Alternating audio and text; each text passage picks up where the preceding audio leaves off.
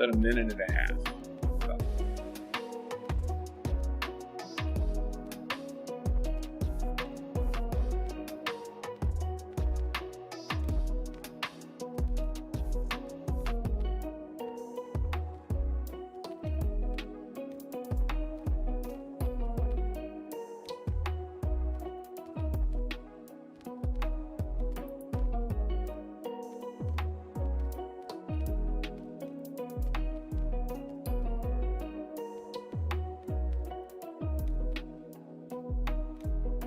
Oh, and I have your social medias in there, and your Patreon, and your merch store in the video description too. So. And if there's any other ones you want me to include after the live stream, I'll put them in there too. So. I have the Instagram in there. Okay, yeah, I couldn't find a Twitter one, so yeah, just send me the link to your TikTok, and I'll put that in there too. 20 seconds.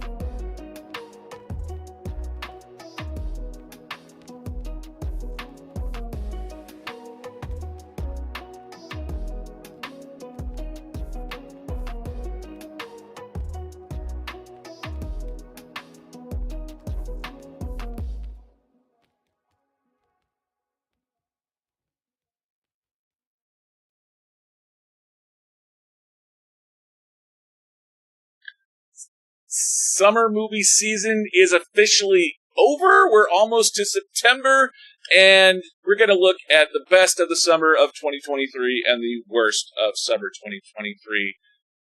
Hopefully, doing a top 5 list for top 5, bottom 5 list. First time on my channel, so we'll see how this goes. Hey, everybody, Dragon Movie Guy here. Thank you for tuning in to my top 5, bottom 5 list of summer 2023 of all of our favorite and most hated movies of the summer of 2023. Little bit of a new experiment. We're doing a top 5 format and a bottom 5 format. We're going to start with the worst first and work our way down to the worst movie of the summer. And then we're going to do the best movies of the summer, working our way down to number one. Number one at the end of the podcast. Joining me for the first time on Dragon Movie Guy, on the Dragon Movie Guy podcast, is a new friend of the channel.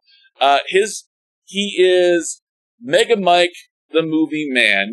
He has 1,400-ish subscribers. He has over 800 videos on his channel. He does a lot of physical media videos. He does a lot of out-of-theater reactions after going to watch a movie, and he also does a ton of live streaming focusing on movie news and physical media news as well. Please welcome to the channel for the first time, Mega Mike, the Movie Man. Mike, welcome to Dragon Movie Guy. Thank you for being here. Well, thank you so much for having me. I'm excited to be here and talk these summer movies. This is a great topic you came up with, so this is going to be a lot of fun. Thank you. Yeah, and I figure, we're as we're recording this and live streaming this, we are, we're at the end of August, where school is starting up, football season is starting up, so summer movie season, I guess, theoretically could go on for another week or two, but before all of the, basically it's summer's over, all the big summer movies are out, so I figured it was time to look back on the summer. The dog days of summer yore, all of the summer loves of summer movies, and look at the best and the worst and kind of roll it up into one video. So thank you for being my guinea pig on this video. And so tell me a little bit about you. Tell me about your channel, and tell me a little bit about what you do on your channel. You focus a lot on physical media. You do a lot of out-of-theater reactions. Tell me about Mega Mike, the Movie Man, the channel, YouTube channel. Yes, so I do post a video usually every day, so there's definitely consistent content for you all out there. The short videos that are typically 5 to 15 minutes long are all physical media topic based. They could be a ranking of like 4Ks or Blu-rays of a certain topic or genre. They could be physical media news. They could be anything that deals with physical media and collecting. It could be a haul video, hey, these are the Blu-rays and 4Ks I got for the month, or this is a preview of what's coming up in the next month. And then I do my short out of theater reactions. So every weekend I'm at the theater. For every new release that comes to my theater, it's always my goal to see every single one. And then I do a reaction, let you guys know thumbs up, I recommend, or thumbs down. You can probably skip or wait for a streaming option. And then I do live streams all the time. Every week, I'll do my Sunday morning news live show at 9 a.m. in the morning Pacific Standard Time, where we just talk the hottest movie news stories, all the recent fun stuff that's come up. And then we'll do live streams as well during the week, usually one or sometimes twice a week. And usually it's a physical media topic where we say, hey, we're going to talk back to school movies. Everybody show your top five favorite back to school 4Ks or Blu-rays or something of that nature. So they're always themed in a certain way. So yeah, it's exciting. It's exciting on the channel, but that's pretty much what the YouTube channel is about. And then of course I got my Instagram and TikTok. TikTok has out of theater reactions as well, and then Instagram just kind of fun post of pictures of hey, I got a new 4K steelbook in. Check it out. It looks awesome, right? So Love kind it. of all around encompassing. Love it, love it, love it. So let's talk a little bit about you. Like, how did you? This is my getting to know you segment for Mega Mike Movie Man. Tell me, how did you become a movie fan? Are you a lifelong movie fan, or do you remember when you became a movie So movies has always been a constant in my life. I could remember being little and we would always watch movies. My dad didn't really know what to do with us in terms of like where to go. So an easy option was, hey, the movie theater. Let's go to the movie theater on the weekend. So when he had us, he would always take us to the movie theater. So I was just always growing up around movies. And then for, being with my mom, holidays, we would always get gifts as presents, right? So Christmas, hey, here's, the latest DVD or VHS, right? We had a massive VHS and then DVD collection. So we just always would get this to kind of occupy ourselves, right? It's like, oh, you don't have school this day. Well, what are you going to do when you stay home? Well, here you go. Here's some DVDs that keep you occupied. So yeah, so we would always watch movies all the time. So as far back as I can remember, movies has always been something in my life. Now, I would say I got more into collecting movies on physical media probably in the last 5 years or so, really going into expanding my collection. Uh, Before that, I was more into collecting like video games and board games and card games. I mean, I would get the movie here and there, but really in the past 5 years, just now my shelves are stacked with 4Ks and Blu-rays, and I'm watching a movie every day. That's my goal. Get at least one movie in every day. And those days I can get like two or three in, like during a vacation break, ooh, those are the best days. Doesn't fan? happen often, but they're the best. Love it.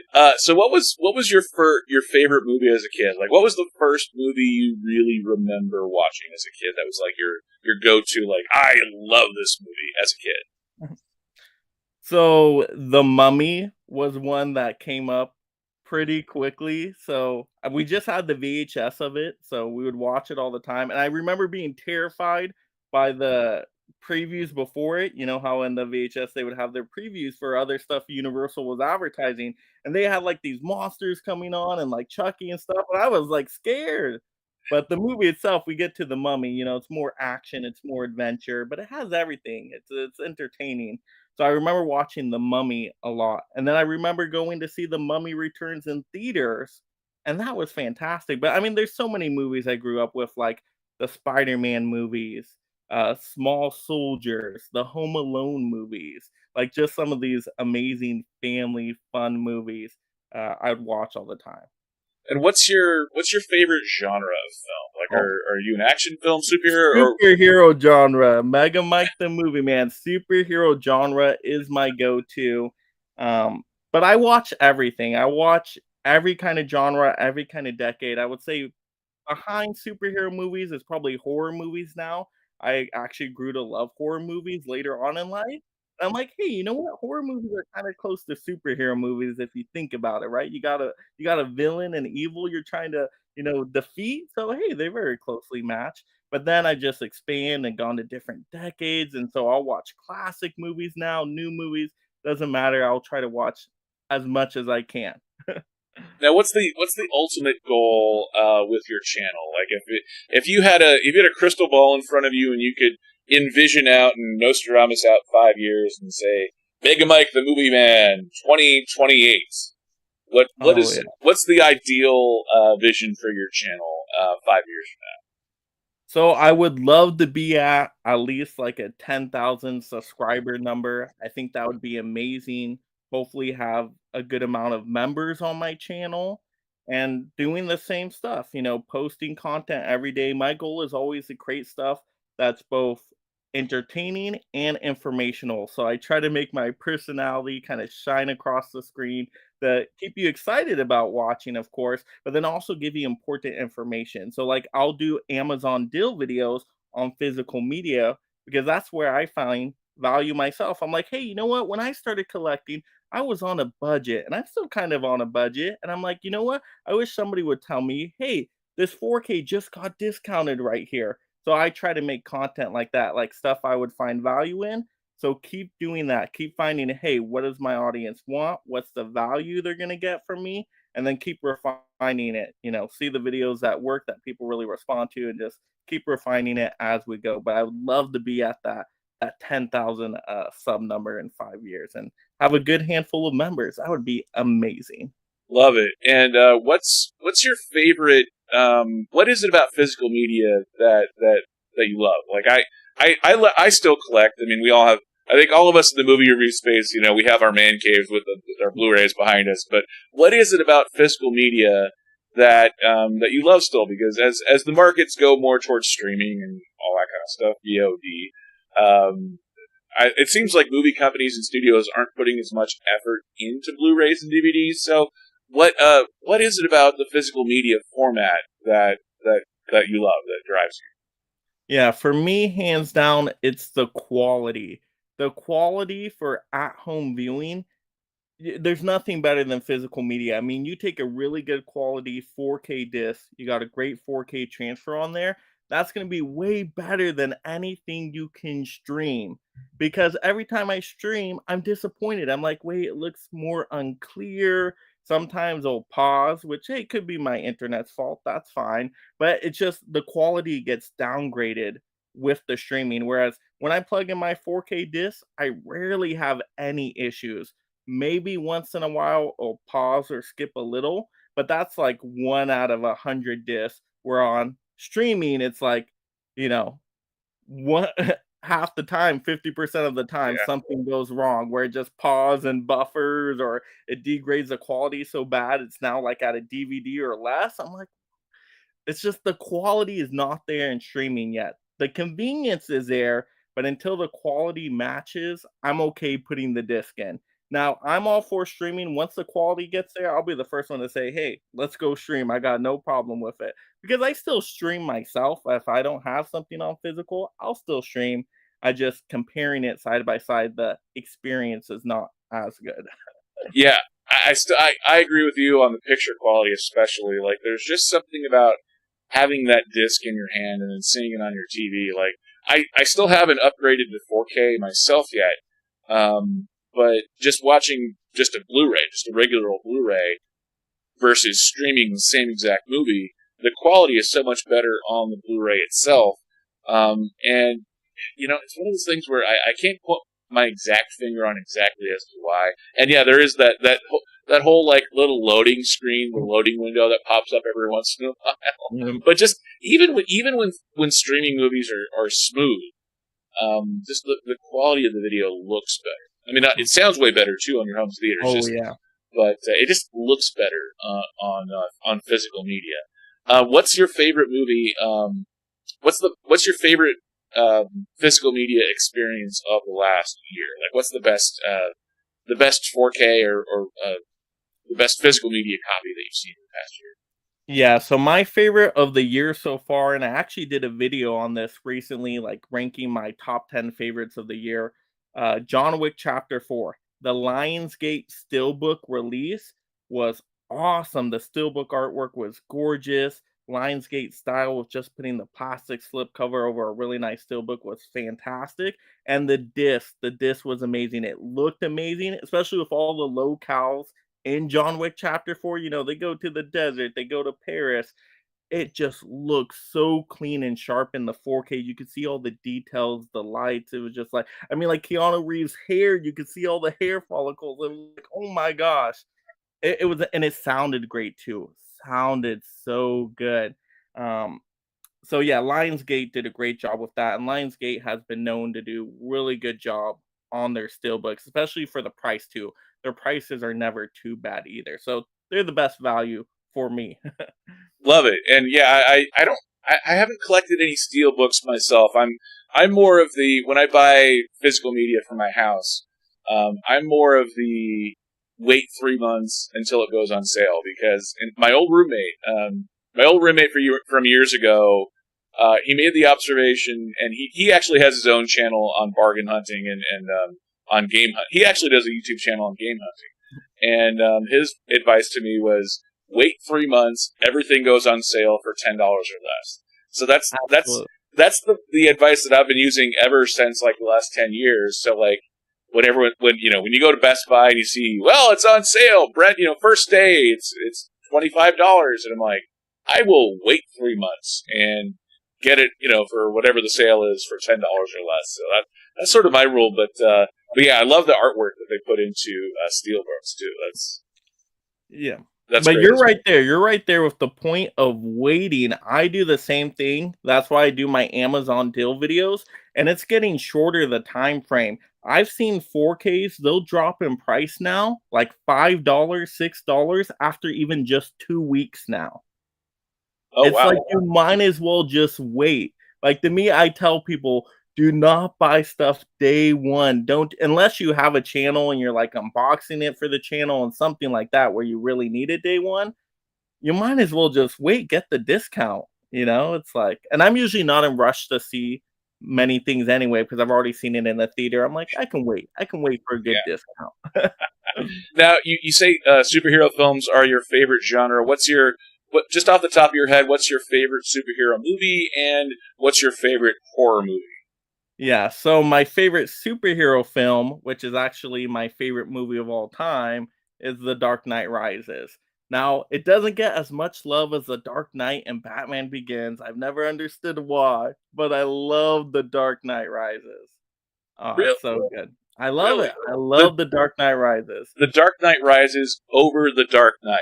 Yep, What is? and barely too. So I'll tell you why. It's just barely. Like The Dark Knight's my second favorite movie of all time. So they're very, very close.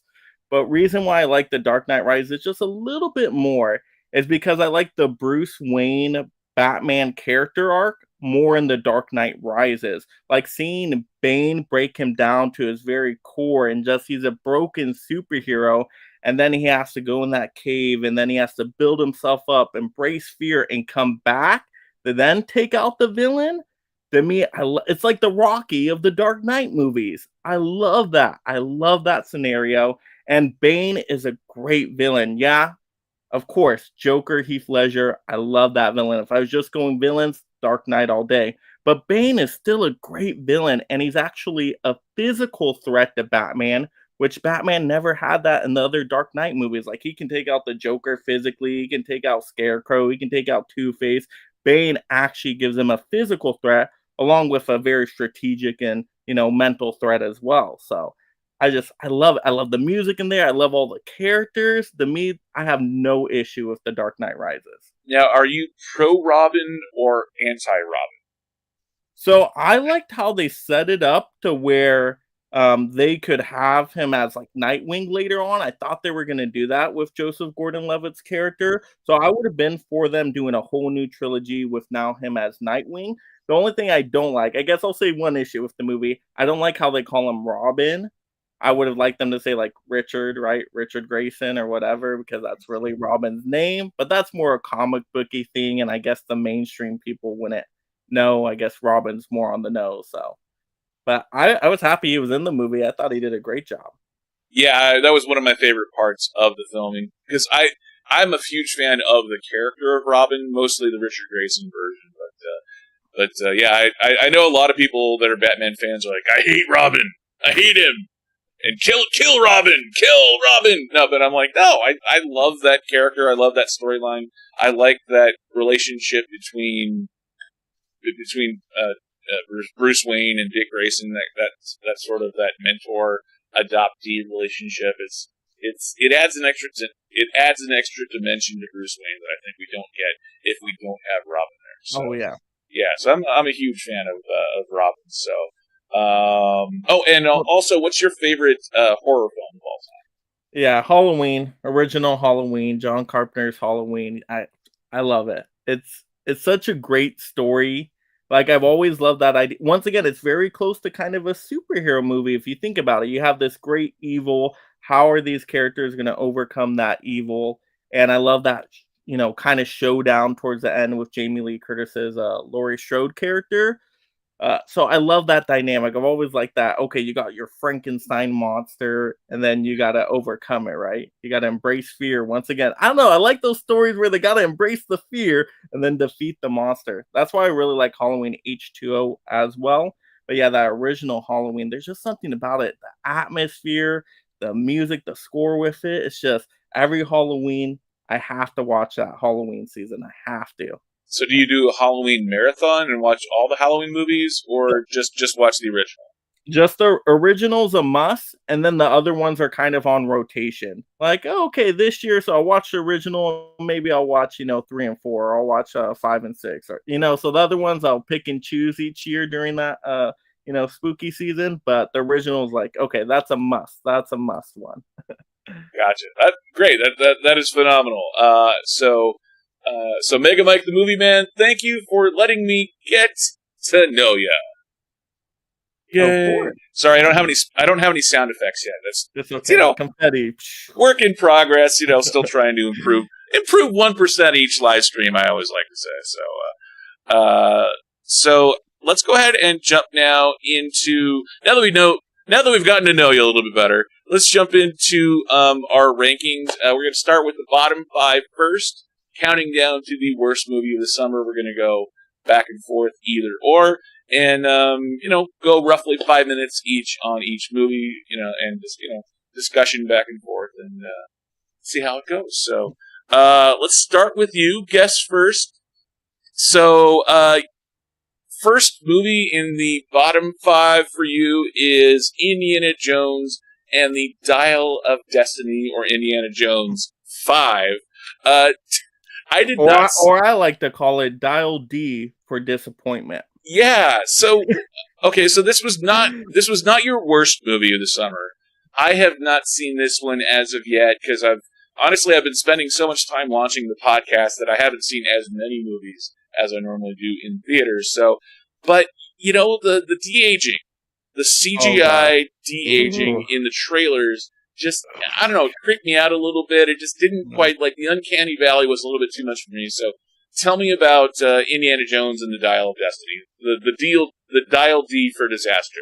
Yes. And you just mentioned it, the de-aging stuff. I don't know why movies keep trying to do this de-aging stuff.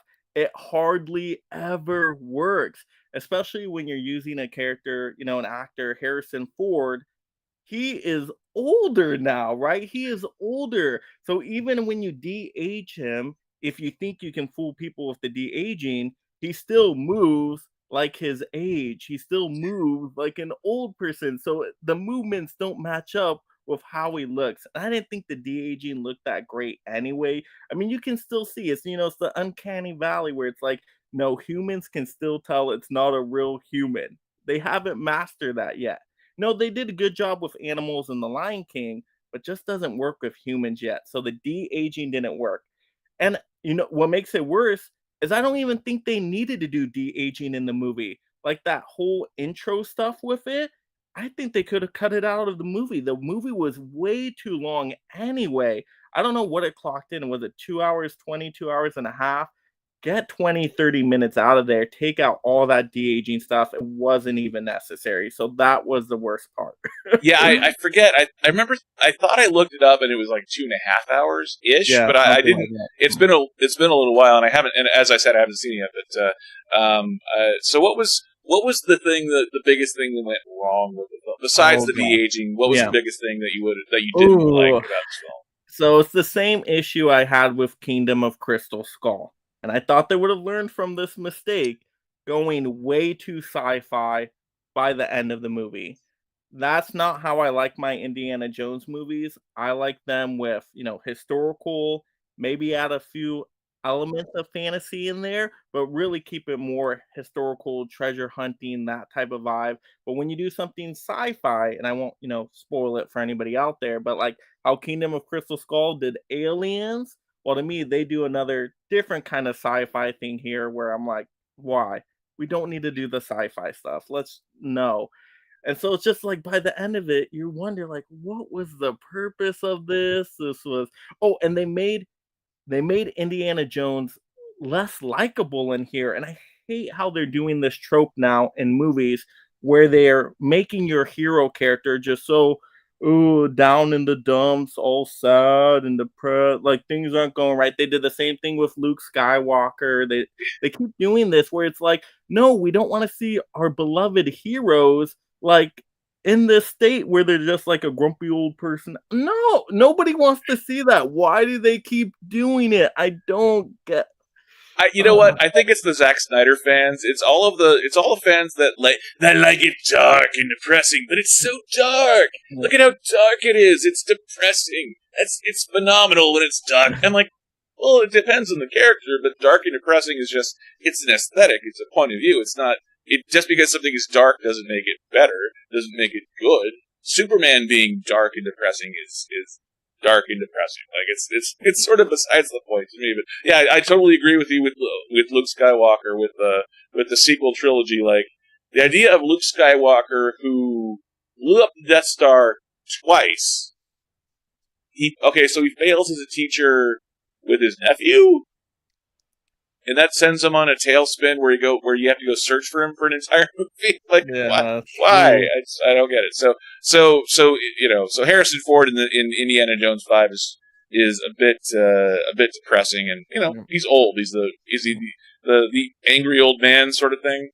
Yep, exactly. And I don't want to see my heroes turned into that. Like, we got so many great Indiana Jones movies with looking up to him as a hero, and then by the time we get to here, it's just what happened? Oh, what happened? Why did I don't get it? Why? God, yeah, it's it's the old thing of everyone grows old, unfortunately, and it's growing old is the luxury for the people that survive long enough to grow old and break down sadly. But there's a reason why Superman gets recast every couple of years. Superman should be young. Yeah, and I wouldn't have mind that if they did a recasting here and gone with a different type of Indiana Jones storyline. I mean, I would have been more okay with that because this is the bottom of the list for Indiana Jones movies. Like, I'd rather watch Crystal Skull over this, and I don't like Crystal Skull that much. But Crystal Skull is actually filmed pretty well. There's some good action scenes in there. It has that Spielberg flavor to it.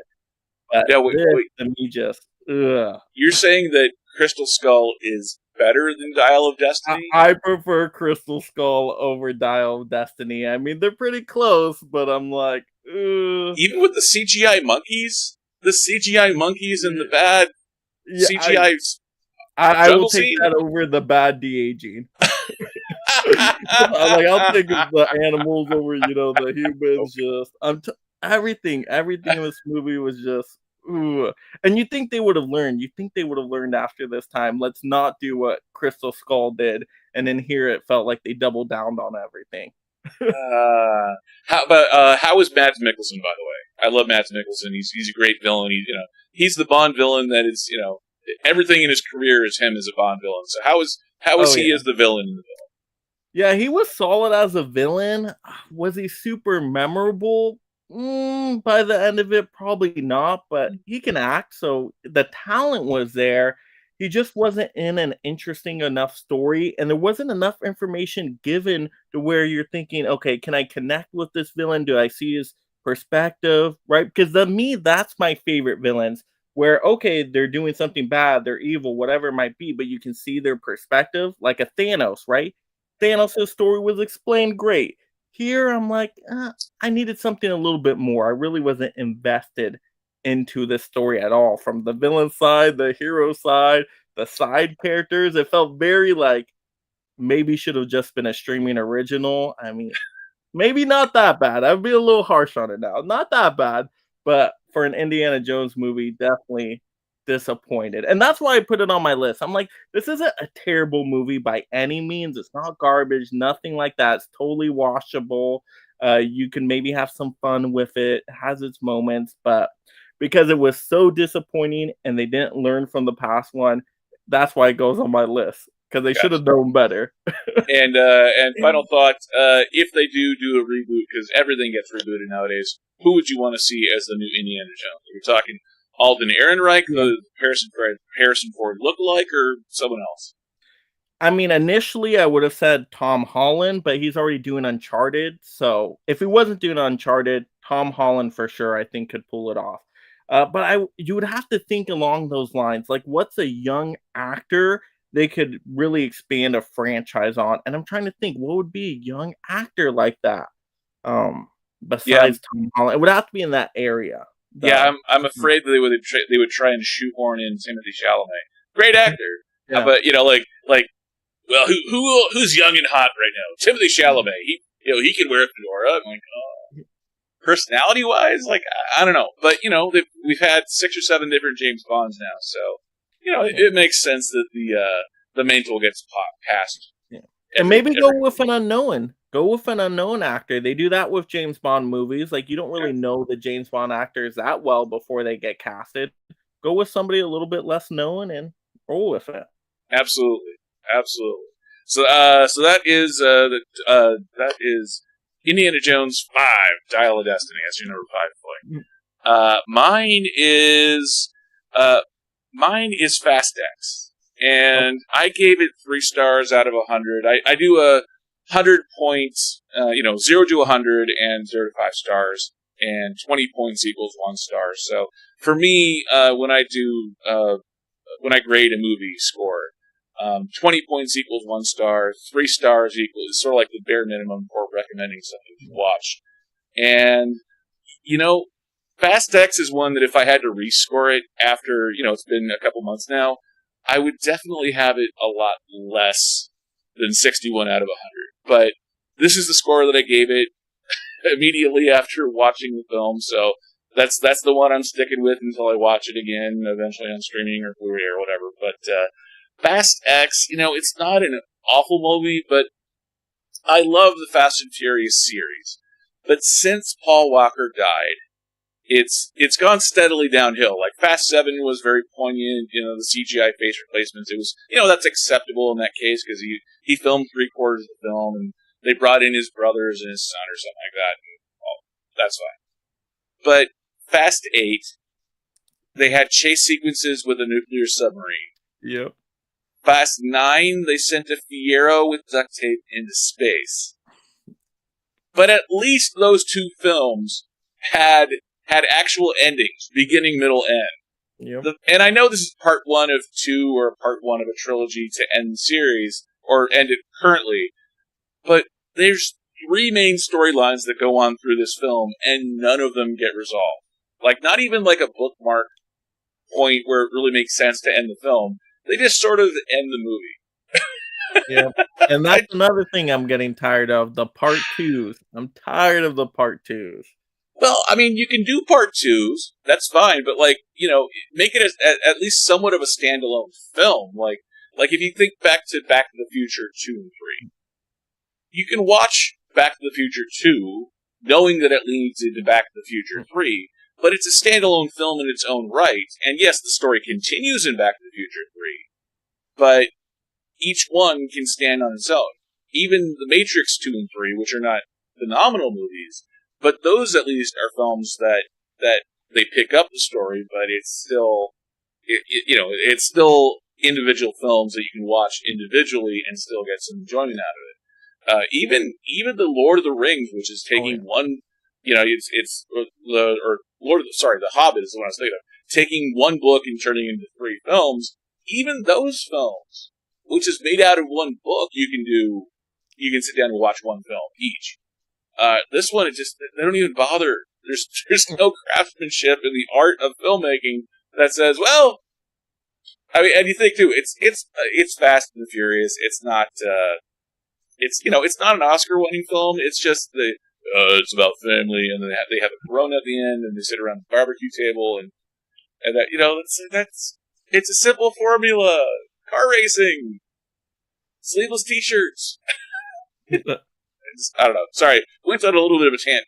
Went down a Fast and Furious rant though. Well, I don't know. Did you see Fast X? Oh yes, I did. But I went in with the mind thinking, okay, I know what this is going to be.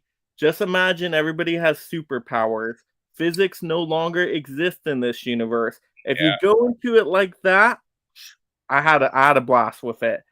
Not a great time, but it's literally the definition of a silly, fun movie. You can't take it serious in any way. I thought Jason Momoa as a villain was great. I loved his, like, he was eccentric and over the top. He kind of almost like the Joker in a way. So I thought he did a great job as a villain. And it's just, it's explosions and cars and the random action. And do I even remember the story now? No, I don't think I did, but it was silly fun for what it was. And so I went in with very low expectations, but that's kind of where it fell off for me was, like you were saying, once we got to number 8, I was like, yeah, it fell off. And then we hit number 9. I'm like, okay, this is all ridiculous. It's okay. We'll embrace that now. We know what this is. But there were some good Fast and Furious movies in the past, like number 5. I think number 5 was my favorite. That one was excellent. 6, 7 were pretty good, but after that, just shoot. I love when Justin Lin took over the franchise. He had no budget for Fast and Furious 3, but yet did a better job than what he probably should have been able to do with a small budget with no stars. So I love Fast 4, 5, and 6, and then 7 is very poignant.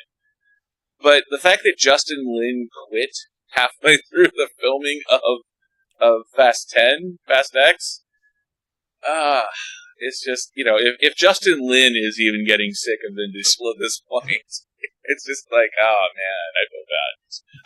I love this franchise, and it's not, it's one of those though where I just wish that they would either do them faster together or spread out the filmmaking a little bit more, because this once every other year thing that they're doing right now with these films is a little bit too. It's either too much or not enough. Like, either let it breathe more, or just go like Police Academy and just do one per year. Like I think like there's something that they need to fix on the production end. Mostly Vin Diesel's ego probably is probably the big thing. But I love this series. So this film just disappointed me. It's my number 5 worst film. Your number 4 worst film. This is also on my list. I have it a little bit different spot, but The Meg, or The Meg 2, or they dropped the trench. Yeah, they dropped the. So I was calling it The Meg 2, but no, it's just Meg 2, The Trench. I wasn't expecting much with this film, but it's a little cheesy on purpose, but still, tell me about The Meg 2. I went in expecting nothing and was still disappointed. How this movie failed in this way. Oh my goodness. Like, I wasn't even a fan of the first Meg movie. It was okay, but I don't remember the story at all. I'm just like, okay, there was a big giant shark. This one, I still don't remember the story, and I saw it recently. None of the characters were that likable. I'm like, what are they trying to do with this story? I don't even get what the plot is. I just know there's some giant sharks. I think there was a giant squid in there fighting a shark at some point. And it was just like these scenes cut together, but with no intriguing story. I didn't care anything that happened to the characters at all. It was just silliness. It was kind of like the Fast X silliness. But I don't know, Fast X to me had a little bit more standout with certain characters and whatnot. This to me, everything mediocre, forgettable, just it was boring me. It was so mediocre. I was just bored the whole time. And then also, it didn't help because my theater experience was terrible with the movie. There's people like talking the whole time, people cussing at the screen. So that didn't help either. But even if that wasn't going on, the movie still was. I'm just like, when is this over? I'm still like checking the time. When is it over? Yeah, Just forgettable. yeah, just and there is a certain camp factor. There's a B movie factor there, where Fast and Furious kind of dips into that ridiculousness of being purposely a little cheesy, and sort of like the Tarantino Robert Rodriguez grindhouse style, like the modern version of that. Like, I know it's not low budget, but purposely a little campy, purposely a little. Yeah, it just. You're right, and I never bothered watching the first one, the first Meg, so I You was didn't going miss in. anything. Yeah, so I went in blind, but this thing was just like, uh, the other thing too, it's Meg 2, and this time it wasn't just one Meg, and there was other creatures in there. I wanted more of the Meg. If you're gonna have a movie called Meg, The Trench, Meg 2, The Trench, spend more time in the trench and have more Megs, Yep. and make, show why they're so scary. Is it a Sharknado underwater? Is it, what is it? The story was just sort of, and I get it, like they have the images from the trailer or from the poster, and they got to work it in, and yeah, they're not going for realism. That's fine too, but it just going for campy. It's whatever the mixture of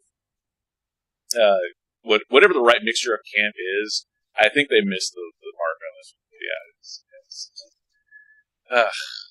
Yeah, it's like if you're gonna go with the silly campiness, you got to make me have fun with it, and I wasn't having fun with it. That was a letdown. It was just, ugh. Yeah, just not a great flick. Not a great flick at all. My number 4 worst film this summer was one I just watched this past weekend, Gran Turismo. I gave this one 2 stars, 43 out of 100, and like I've played racing games here and there. Like I remember going to Chuck E. Cheese and playing Pole Position as a kid, and but I don't play racing games a ton. But I get the appeal of them. I'm not a gearhead myself. I'm not a huge car person. To me, it's just a car gets it takes you from point A to point B. So car racing is not a thing that I follow all that much, and racing games are not something that I play a ton of. But for being a film that was really trying hard to be Days of Thunder, they really did everything wrong that Days of Thunder did right. And I looked it up. I did a live stream on Sunday night about Gran Turismo. We looked it up. Gran Turismo is like 2 hours and 10 minutes, 10, 12 minutes long. Days of Thunder was an hour and 47 minutes. So I don't know how you can go half an hour longer and still feel like the film is just like bogged down and unnecessary effort, and yet have no time for character development. So yeah, just that everything about it. Although I will say Archie Madekwe as young Martinborough, the actual real life guy who they were basing this biopic story off of. I don't know much about Archie Madden or Jan Martinborough's story, but I thought Archie Madekwe did a good job as Jan in this one. So I think I was probably not as harsh with the scoring as I probably should have been, but yeah, the filmmaking, Gran Turismo is just not good. Like even Orlando Bloom, there's no reason for him to be there in the middle of the film. He's there at the beginning and he's there at the end. That makes sense. But for like 2/3 of the film, there's really no reason why he should be there. It really should just be David Harbour and Archie Madekwe. So it's not a good film. Well, I don't know. Have you seen Gran Turismo? I have, and I have to say, I actually quite liked the movie, but Really? I went in with no expectations. I don't play any racing games. I mean, the closest racing game I got to was Twisted Metal, which isn't a racing game. And I don't really watch racing. I don't watch NASCAR, none of that. So I wasn't really expecting much from the movie, but I kinda liked it. I liked how they did incorporate a lot of racing, so there's definitely maybe there was too much racing in the movie. There was definitely a lot of racing scenes, but I really liked David Harbour. He was great in the movie. I thought he was fantastic in his performance, so, um, I just liked that. I felt like I was on the racetrack. I liked when they surprised us when, certain things would happen to certain vehicles. I'm like, "Oh, okay, that came out of nowhere for me. I wasn't expecting that." Um, and I just liked how it sounded. I felt like I was on the racetrack. I liked how it was a unknown character, right? An underdog story. I'm a sucker for those underdog stories where they get that Rocky chance, right? He gets that chance. He's great at a video game. Then he actually gets to drive real race cars. To me, I thought that was a great premise. So overall, I liked it for what it was. But once again, I didn't go in with much expectations. But I was pretty entertained by it. My wife hated it though, so she didn't like it. Was your Gave it wife's take similar to mine? maybe, Yeah, yeah. She gave it a thumbs down. She was not entertained by it, but I'm a sucker. I'm a sucker for those Rocky stories, even on the racetrack. So I think that's what won me over. But David Harbour, I thought was really good too. I think he's the character that kept me invested in wanting to watch because he was kind of redeeming himself at the same time. I yeah, guess that Mickey role to the Rocky character. yeah. I just wish we would have gotten more of his story earlier than like three-quarters of the way through the Oh film. yeah, Because he's like, yeah, well, he's bitter and broken down as an old man, and he, he's not going to make it easy for the kid. Like, well, why is he being such an a-hole? yeah, Like, yeah. Yeah, well, definitely some pacing issues, which yeah, is kind of funny for a racing movie. You wouldn't think yeah, certain pacing issues, but yeah, some things could have definitely been cleaned up and tightened up and edited in a certain way. Absolutely, yeah. yeah. And let's put it this way: the biggest compliment that I gave to this movie was the CGI, and so anyway, everyone knows how much I hate CGI in general. So the fact that the biggest compliment that I gave at least was the CGI, because the CGI actually was pretty good, Mhm. mixing the gaming experience of playing the video game and the real life version, like trying to see how Jan sees racing was sort of well done. I thought too. So, Oh yeah, the visuals were great, and I didn't know how they were gonna do that. Like, how are you turning this video game movie? How are you gonna do that? But that was cool. So that was a great part of the movie. And then I like how they showed at the end too, like how they scanned the cars in for the video game and all that. I'm like, okay, that's kind of interesting. yeah, that's where it kind of veered into like special features territory Mhm. for me. Like if there was something revolutionary about it that we haven't seen, like that most moviegoers hadn't seen in the last 10 years, I think I would have liked that more. But like if it was like the technology behind Gravity, like the Sandra Bullock Mhm. movie, that was the first one that really did anything like that, or like the volume that they shoot the Mandalorian in. That's another one. It's the first one they've really done like that. I think I would have liked that a little bit more if that was the case. But yeah, it's always fun though seeing technology incorporated into storytelling, and if they can do it in an organic way, and that's always fun too. So Yeah, I love special features, so I'm always for special features. I'm like, that's kind of cool. yeah, absolutely. Let's go back to your number three. Your number three film in this one is now. I did not see this one. I'm not as into horror films. I try to get more into it as we go along here, but it's a pretty popular series. It's been going on now for 10, 12 years. I believe this is the fifth or sixth film in the Insidious series, and they bring back a lot of the original cast from the first film. So tell me about Insidious: The Red Door, and where did this go wrong? Yeah, I think this is the sixth one in the franchise, if I'm remembering correctly. And it does actually tie into the earlier films. So it's a sequel to the second movie. So one, two, and now the Red Door. That's a storyline that continues and ties together. Now, I haven't seen every Insidious movie. I've actually only seen the first one and the Red Door now. And they are way different.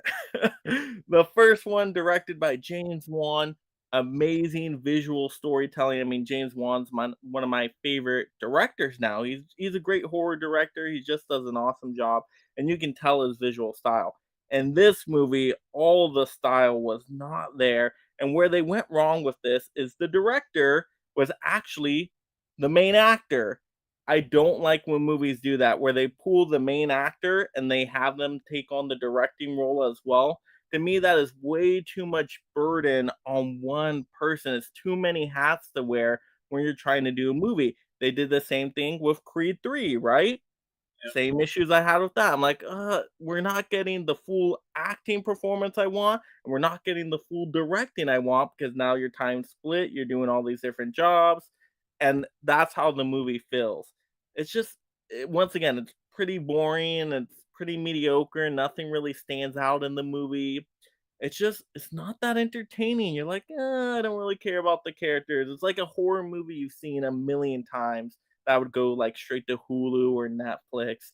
It didn't have anything special about it. Whereas if you compare it to the first one, probably one of the best horror movies in modern times. Now, are the jump scares any good? Are the kill scenes any good? Like, I'm trying to or even remember if they have any kills in this movie. Like nothing has stuck in my mind from that movie at all. Like there's the red door, and I think they brought the same like ghost demon creature back. But now the kid's all grown up. He's like at college and stuff, which I'm like, okay, whatever, all right. Um, so it's weird. And then the dad, who's supposed to be a really interesting character, right? He was the main character in the first and second one. Um, he wasn't that interesting either. It felt like he, phoned it in, was going through the motions. Like you could tell this was a sixth movie in the franchise. It lost us, like Fast and Furious started to lose some steam, right? This just well, it was totally you know, forgettable. and the saying with actors that want to become directors, they always say that the best way for a movie actor to become a movie director is to take over a franchise like one of the sequels, like 3, 4, which is why Michael B. Jordan directed Creed 3 and not Creed 1, because a lot of the creative decisions have already been made in the earlier sequels, so the bars you have to jump over to be a successful director are not as high in the sequels. So, does it make sense that he would have taken over as director in this Insidious film, or should he have not tried entirely and just gone off and directed television? Get his director's Guild of American card some other way. And I would have been fine with him being the director, but then also not being such a main character in the movie. If he wants to have a cameo in the movie, fine, whatever. But to me, it's when you're like, okay, you are the lead actor and you're the director. Like, it just, to me, I haven't really seen it pulled off that well. Yeah, so Sylvester Stallone did it. For my opinion, pretty well with Rocky 2 and Rocky 3. Oh, yeah, he did a great job. And the first Expendables movie he also directed. But yeah, the ones where he doesn't, it tends to kind of fall off a little bit. But you're right, though. Try to think of other examples where the main star takes over as the director of a sequel, and it turns out well. I'm sure there's because Sylvester Stallone, he did Rocky 3 and 4, if I remember correctly. And so he did a director cut of 4. Have you seen his director cut yet by chance? No, I haven't seen any I haven't seen any long cuts of the Rocky series. I love all the Rocky films, and I haven't seen any director's cut stuff of them. Yeah, so the decisions he made as a director when he did his director's cut, I don't like the movie at all. It's the only Rocky movie I hate is his director's cut. So Rocky 4? I wonder if there was somebody behind the scenes that helped him with the directing for the first one or really did some massive editing, because all the decisions he made in the director's cut, I'm like, oh gosh, I despise it. And Rocky 4 is my third favorite movie of all time, and I hate his director's cut. Interesting. Yeah, because I love Rocky 4. The only one of the Rocky or Creed series that I don't like is Rocky 5. So See, that's and I like them all. Like I quite like Rocky 5 as well. The only thing I don't like is the director's cut of Rocky 4. interesting. I'll have to check that out at some Mhm. point. That's it sounds delicious in its awfulness to check out and to see how important editing is, because yeah, you're right. Yep. I love Rocky 4, so it'll be interesting to see, like, is it like a 3 hour version No, of no. Rocky So 4? the length actually I think is shorter. I actually think it might be a few minutes shorter. But it's just like all the things he decided to take out, I'm like, I would have left those in. And all the things he added in, I'm like, no, that should have been taken out. So they got the theatrical cut right, in my opinion. I'm like, the theatrical cut was the perfect mixture here. Love it, love it, love it. So Insidious 6, 7, whatever it was, the third worst movie you saw this summer. The third worst movie that I saw this summer um, is Come On Barbie, Let's Go Party. Ah, ah, ah, ah. You know, I think, and the biggest thing here with me is I love Margot Robbie. I love the idea of this Barbie film. I love Greta Gerwig. I love, Lady Bird. I love a lot of what they were trying to do with this film. And the fact that that first teaser trailer that we got that was calling back to 2001, I thought it was brilliant. But man, the from the half hour mark until the hour and a half hour mark, the film went really, really women's studies major for no real reason. Like, and I get it, it's a Barbie movie, so it should be told from a woman's point of view. But the whole thing of Ryan Gosling going, well, what is the patriarchy? And I don't know what it is, but I want that. On one hand, and then, like, it felt like instead of being a 4-quadrant tentpole summer movie, it felt like I was sitting through a women's studies class. And as I was watching the film, it felt like the target audience was women's studies majors in their 30s and 40s. Yep. I felt like I was sitting through a lecture in postmodern feminism or something. And I'm like, well, there's a place for that in filmmaking, but in a Barbie movie, because and it, if you really want to go that route with storytelling, okay, that's not the type of film that I generally like, but at least okay. But like for example, Women Talking, which if anything could have been along that line, was great storytelling, but it wasn't like women's studies major kind of stuff, even though the content could have easily fallen into that category. So the fact that it just went so far down a road that it just didn't make sense for the film, a lot of the good parts of the first 15, 20 minutes when they're in Barbie world, before they go into the real world, it was one of those things where I just like, okay, so it's a 2-hour Barbie movie, and an hour of it is gender studies, women's studies. So it's nothing wrong with that, but it felt out of place, and because that wasn't part of the value proposition with any of the trailers, or because they weren't advertising it as a biting edge political commentary kind of thing, like fighting for women's rights, or like that, because they didn't advertise any of that. They were advertising 2001: A Space Odyssey. They were advertising product placement, meta, sense of humor. Because they were so off, it wasn't as good as I wanted it to be. Made a ton of money this year, but yeah, I gave it 2.5 stars and 50 out of 100, and I think everyone else seems to like it a lot more than I do for the most part. So yeah, Well, sadly it bad. seems you like it more than I did. You were more generous on it than me. I'm like, I 100% agree with everything you're saying. I despise this movie. You're right. And how it was marketed as a family comedy. It is both not family friendly and it wasn't that funny. So it failed as a family comedy. I was bored to tears by this movie. I didn't like any of the characters. They made them all bozos. Like they were all acting so dumb. Barbie, Ken, the Mattel people. It's like I could not connect with any single character. But once again, I was not the target audience for it. A lot of people loved it. My wife loved the movie. It wasn't for me. Just I could not connect to a single thing in the movie.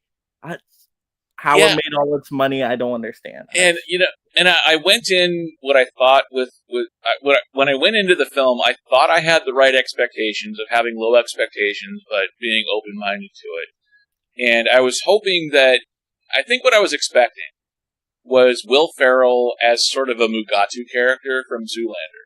Oh yeah. And to their credit, they didn't do women good, men bad. They didn't do that at all. And they did have a little bit, and I was okay with the board of Mattel is all men, and they don't quite get part. That makes sense a little bit too. But Will Ferrell though as sort of he's not the bad guy, but I guess he's a little bit of an antagonist, or he's sort of a boss hog type figure where he's the silly antagonist that doesn't know what he's doing. It just kind of felt a little off there too. So yeah, it's so much more potential, and I love Greta Gerwig and her work in general. So yeah, it's I don't know. It wasn't what I was expecting, but it just wasn't as good. Probably should. So sadly, Barbie for me, my third worst film. Your number four. Your number two worst film of the summer. And this is what I actually kind of liked myself. I mean, not a perfect film by any stretch. But tell me about the Super Mario Brothers movie. Oh man, where to begin with this one? Should I break out into peaches, peaches, peaches? Yeah, That's literally when I took a break during the theater. I'm like, when that song went on, I'm like, I'm out. I'm taking a break. I'll yeah. come back. The peaches, peaches, peaches, Oh peaches. god. Yeah. Oh, and now people want it for the best song at the Oscar. I'm like, what is happening in this world? I don't understand what is happening. Oh, it just to me, I was not the targeted audience. Like I've played some Mario games. It wasn't like my go-to franchise. I'm not still playing Mario games. My wife is. She loves Mario games. She got the Nintendo Switch and all that. Um, but so I wasn't really, the nostalgia stuff was fine to me, but it felt like that's what the whole movie was. Fan service, nostalgia in your face. Like it felt like a Marvel movie that would do fan service, but that's all it was. Fan service. The story to me was very simple, which I mean, I don't know what you can do with a Mario game. Maybe it's just supposed to be a simple story, but I'm like, it's just Bowser and Mario fighting over Peach the whole time. Like, is this the whole story? Like, is there something more? And it never got to anything else for me.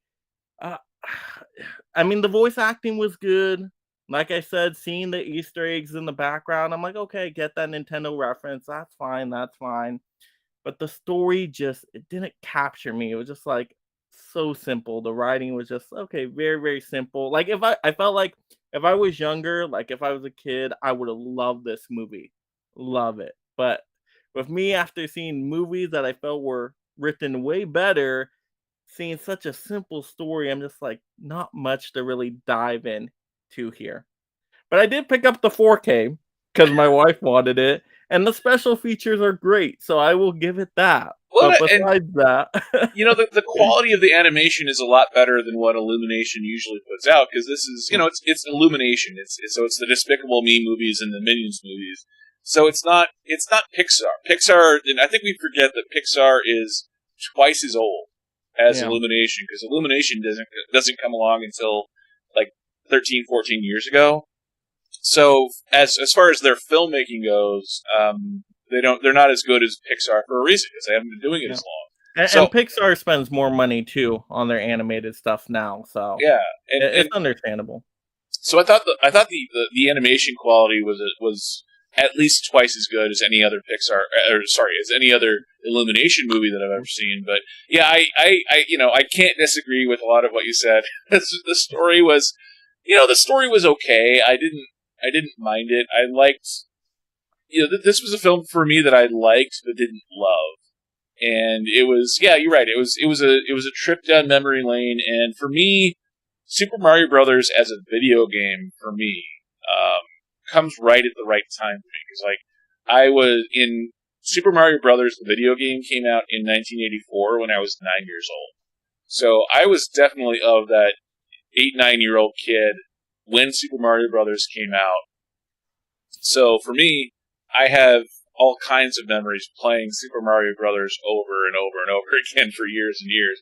I haven't really played many of the other Mario games, so like the segment that they did Mario Kart where they're racing around, and I realized, okay, I'm more aware of Mario Kart and how massively popular it is, but that one didn't speak to me as much. But yeah, it just, I liked a lot of the celebrity voice cast. Jack Black was sort of doing Jack Black.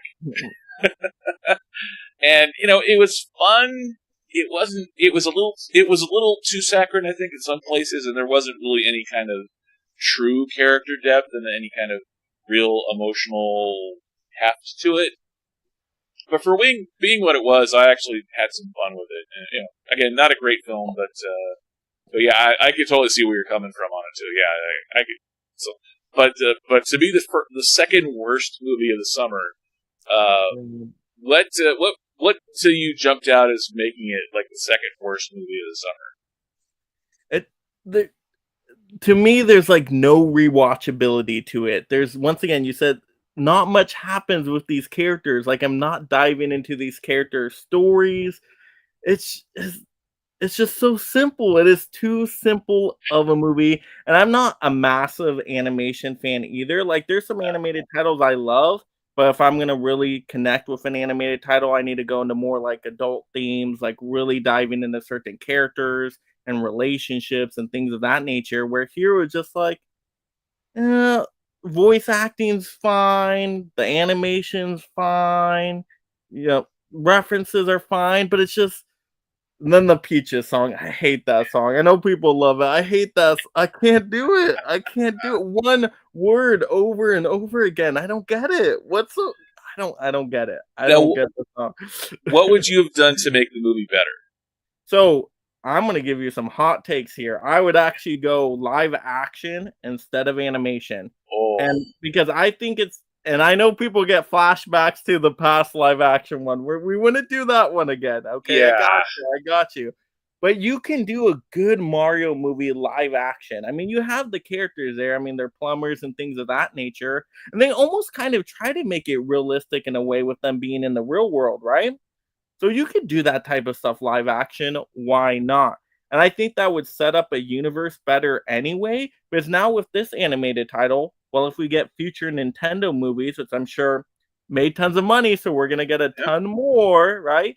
Now, is everything else going to be animation? Are they going to do a Zelda animation? But then does that style work for Zelda, right? Isn't Zelda supposed to be a darker story? And then what do we build up to, right? Super Smash Bros., but it's animated? I would have much preferred a live action world. Oh my god. I thought live action could have worked a lot better. And they could have gone into more adult themes and more into these characters. To me, like, it's a very simple story to where, like, if I was younger, if I was a kid, like little kid, I would have loved it. But it's too simple for me. So if you were, would you be doing it more like the Disney live action remakes of all the '90s films where they've done like Lion King, and it's technically CGI, but it's photoreal, like that sort of live action? Yeah, or actual people, like actual human beings as Super Mario Brothers. Yeah, I could go either way with it. I think either way would be fine, but I would think, what would I want from the Nintendo universe going forward? And that's what I would do it off of. Because I definitely don't want the Nintendo universe being all animated, but now it has to be all animated, right? It's not going to make sense if you make Zelda live action and now he's fighting an animated Mario. It's not going to make any sense, so... Well, I think it'd be hard. Zelda, I think, would be a lot harder to do live action without the uncanny valley. I think in Zelda would be really hard to overcome. I think the way that they did it with Super Mario Brothers would almost how you would have to do it with Zelda. I think. But, we'll see, though. They made so much money. I think it's impossible to not do a Donkey Kong spinoff. It's impossible to not do a Princess Peach spinoff. I think so. We'll see. We'll see how it goes as it goes along. Yeah, see, that's why I had to put it lower on my list, because what it means for the future too. yeah, absolutely. My number 2 worst film. little bit of a surprise. Mission Impossible: Dead Reckoning Part 1. Not only is the title of the film a mouthful, Tu Wong Fu, Thanks for Everything, Julie Newmar, Birds of Prey, The Emancipation of Harley Quinn. This film is this. I love this series. I love the Mission Impossible series. And surprisingly, like I love this writer director. He's done. He wrote like 5 or 6 of these films, and he's directed 2 or 3. So it's not like we haven't seen him in this director's chair in this franchise before. But for whatever reason, he decided to open this film with a 15-minute short film of a Russian submarine with really bad American actors doing really bad Russian accents. And it was trying to show off the AI being a threat. And, we've seen AI be a threat in so many movies, Terminator, everything like that before. But when you have inexperienced American actors doing a really bad version of Hunt for Red October, and they start the sentence with a broken Russian accent going, "Yes, push that switch over there." And by the time they get to the end of the sentence and they say, "Push the button over there and be sure to hand me the cup of coffee while you're at it," the fact that they were dropping out of the Russian accent, the bad Russian accent, before they even get to the end of the sentence, including like the captain of the sub having the most lines, you think they would at least have an experienced actor doing that.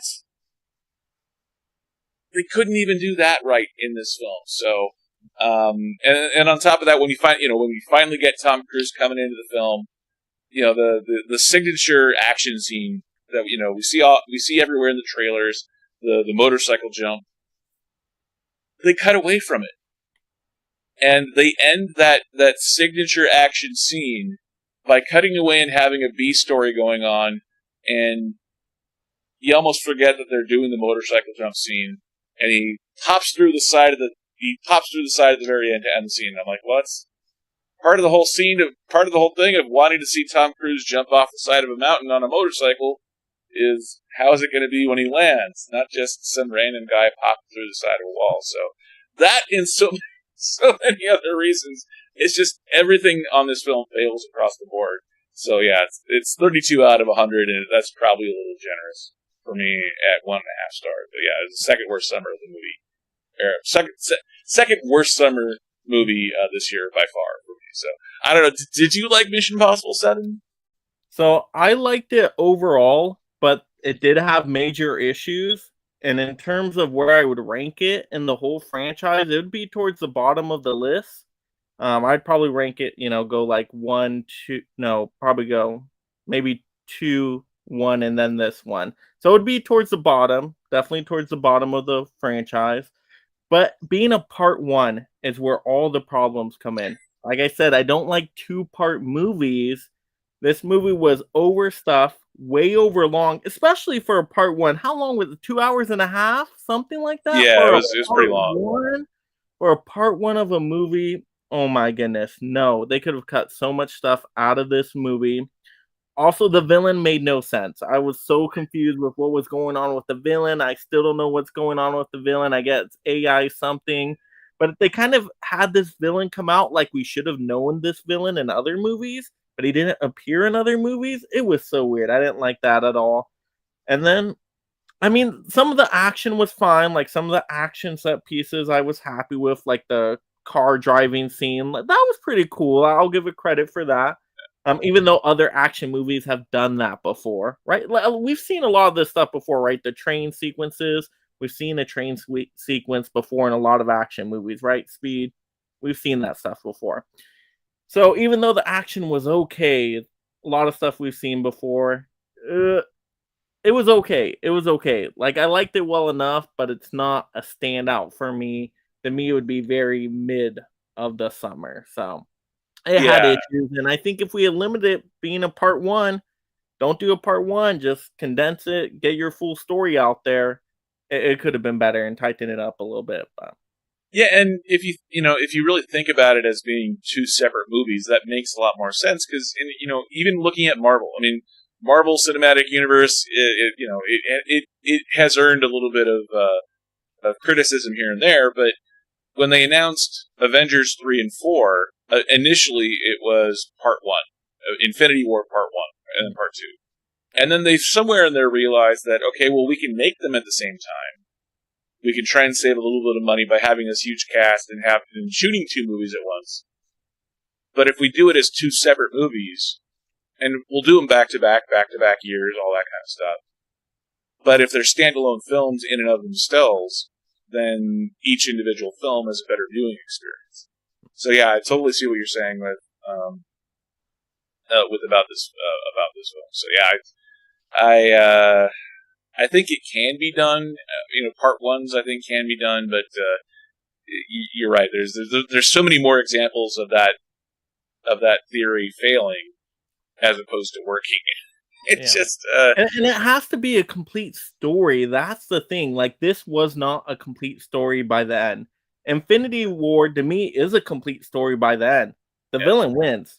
It's still a complete story, whether you're happy with the villain winning or not. But the story is completed there. But you can continue and make a sequel to it. This one, there's so many things where we're just left hanging on, and it would took 2.5 hours to get to that. Like, so many things just. Ugh. Well, and like for example, do you believe that Rebecca Ferguson's character is actually dead? I don't believe that for a second. See, I think so, but I don't think they should have done that because that was a main character in the franchise for quite a few movies there. So if it is true that that person is gone, then I don't know. It's going to be weird either way. It's going to be weird either way, which is another decision that I'm like, okay, because they wanted to bring in a new kind of, I guess, another lead actress here, but I'm like, why do that? Even though she did a fine job, but now we're replacing her with, the other. Once again, it got sloppy. It got sloppy on this one. Yeah, like that action, like the big scene right before they kill off Rebecca Ferguson, where there's all of the really attractive women in one scene for being a Mission Impossible movie. I was like, well, we know someone's going to die because you can't have this many attractive women all in one scene in a Mission Impossible movie with Tom Cruise. It doesn't feel right for whatever reason. So yeah, so that's my second worst film of the summer.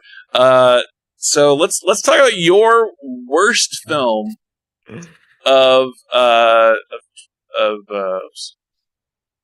yeah. Your worst film. You film. Mentioned it too. It was on your list. Worst film. Come on, Barbie. Let's go party. No party for me with the Barbie movie. I mean, we already mentioned the highlights there, but like I said, it's a family comedy, not family friendly. Didn't really make me laugh that much. I wasn't the targeted audience. And now I don't like what the future is going to look like because now we're going to get a million toy movies. I really don't want a toy Mattel universe. That's going to be worse than the Mario universe. Oh my gosh. I'm not. Magic 8 Ball is going to come out and. Well, can you imagine? Can you imagine like a My Little Pony live action universe or And the funny thing is, I'm not opposed to different universes based off of toys, and I think the way that they tried to do it in terms of getting an Oscar-nominated director to take on a silly, it's a Barbie movie. I think that was smart, but it's just the way that the film went.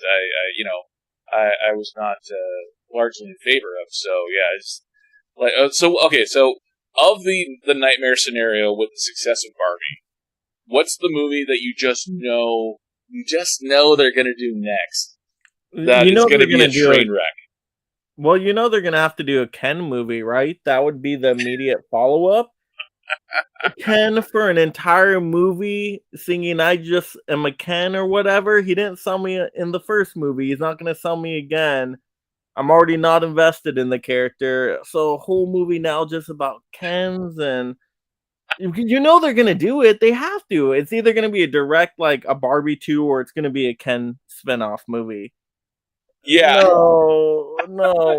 Like Ken spinoff. Is it like a Ken spinoff where like Ken discovers he's anatomically incorrect? Like what would be the value proposition of a Ken spinoff? Who's the audience that would go to a Ken spinoff? I guess I don't know. It's a weird one. Yes, so anything we didn't add already about Barbie that makes it the worst movie of the summer? Do you think? I think we covered it. I mean, it's just not entertaining. Once again, I'm not the targeted audience for it, so it didn't connect to me. I didn't care for the story. Did we bring up the messaging? I think we brought it up a little bit, but to me, the messaging way overshadowed the movie itself. Like, I get you're trying to do messages in the movie, and I'm all good for that. But by the end of this movie, I'm like, they're hitting you over the head with these messages. I'm like, are we going to get to an entertaining story at all, or are we just going to keep going with it? And they keep going, double down, double down. I'm like, oh, I get it.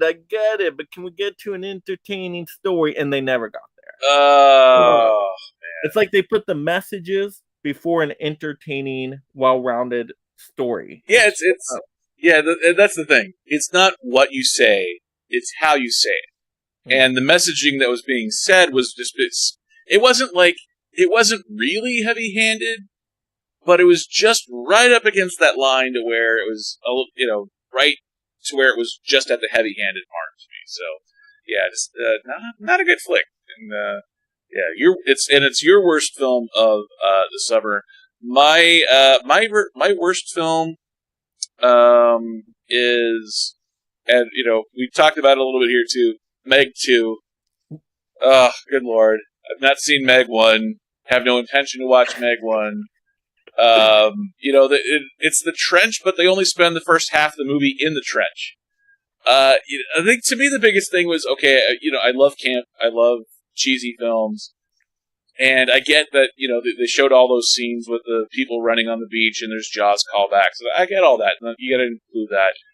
But the whole thing of Jason Statham surviving at 25,000 feet below sea level, or below the ocean surface, with no air and no suit, and he goes nose to nose with a shark at 25,000 with the Meg at 25,000 feet below the surface of the ocean, and here's the other one that got me: the Komodo dragons, whatever those were, like the Komodo dragons with and it's not technically a Komodo dragon, but it was a Komodo dragon with a Tyrannosaurus Rex head.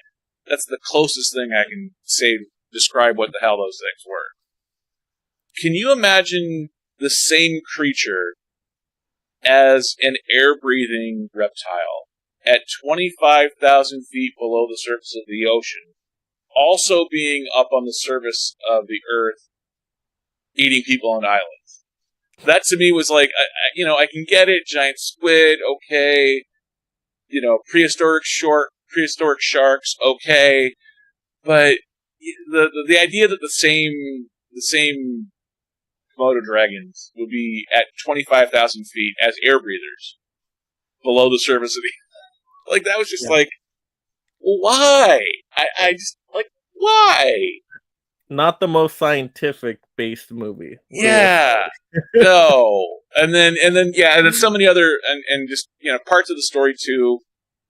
There's so many other things that make my head hurt about the story, but I can look past those because it's supposed to be a cheesy movie. The other thing that I really disliked about the Meg 2 was the editing. And I know that films that are made for the rest of the world, like European style filmmaking and Asian style filmmaking, there's a different pacing there, and that's fine. But this is a film that was so internationally done. It was international cast, it was shot overseas, that's fine. But it felt like they wanted to save money on editing, so they just did one edit.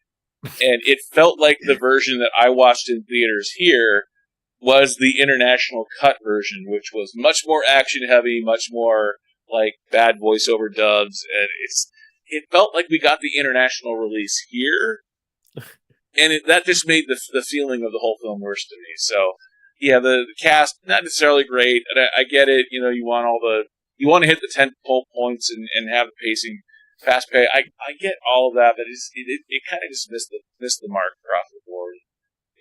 While being intentionally bad is one thing, but not being bad enough, not being cheesy enough, was where it really missed the mark for me. So yeah, Meg 2, The Trench, worst movie of the entire summer for me, and in a summer that did not have great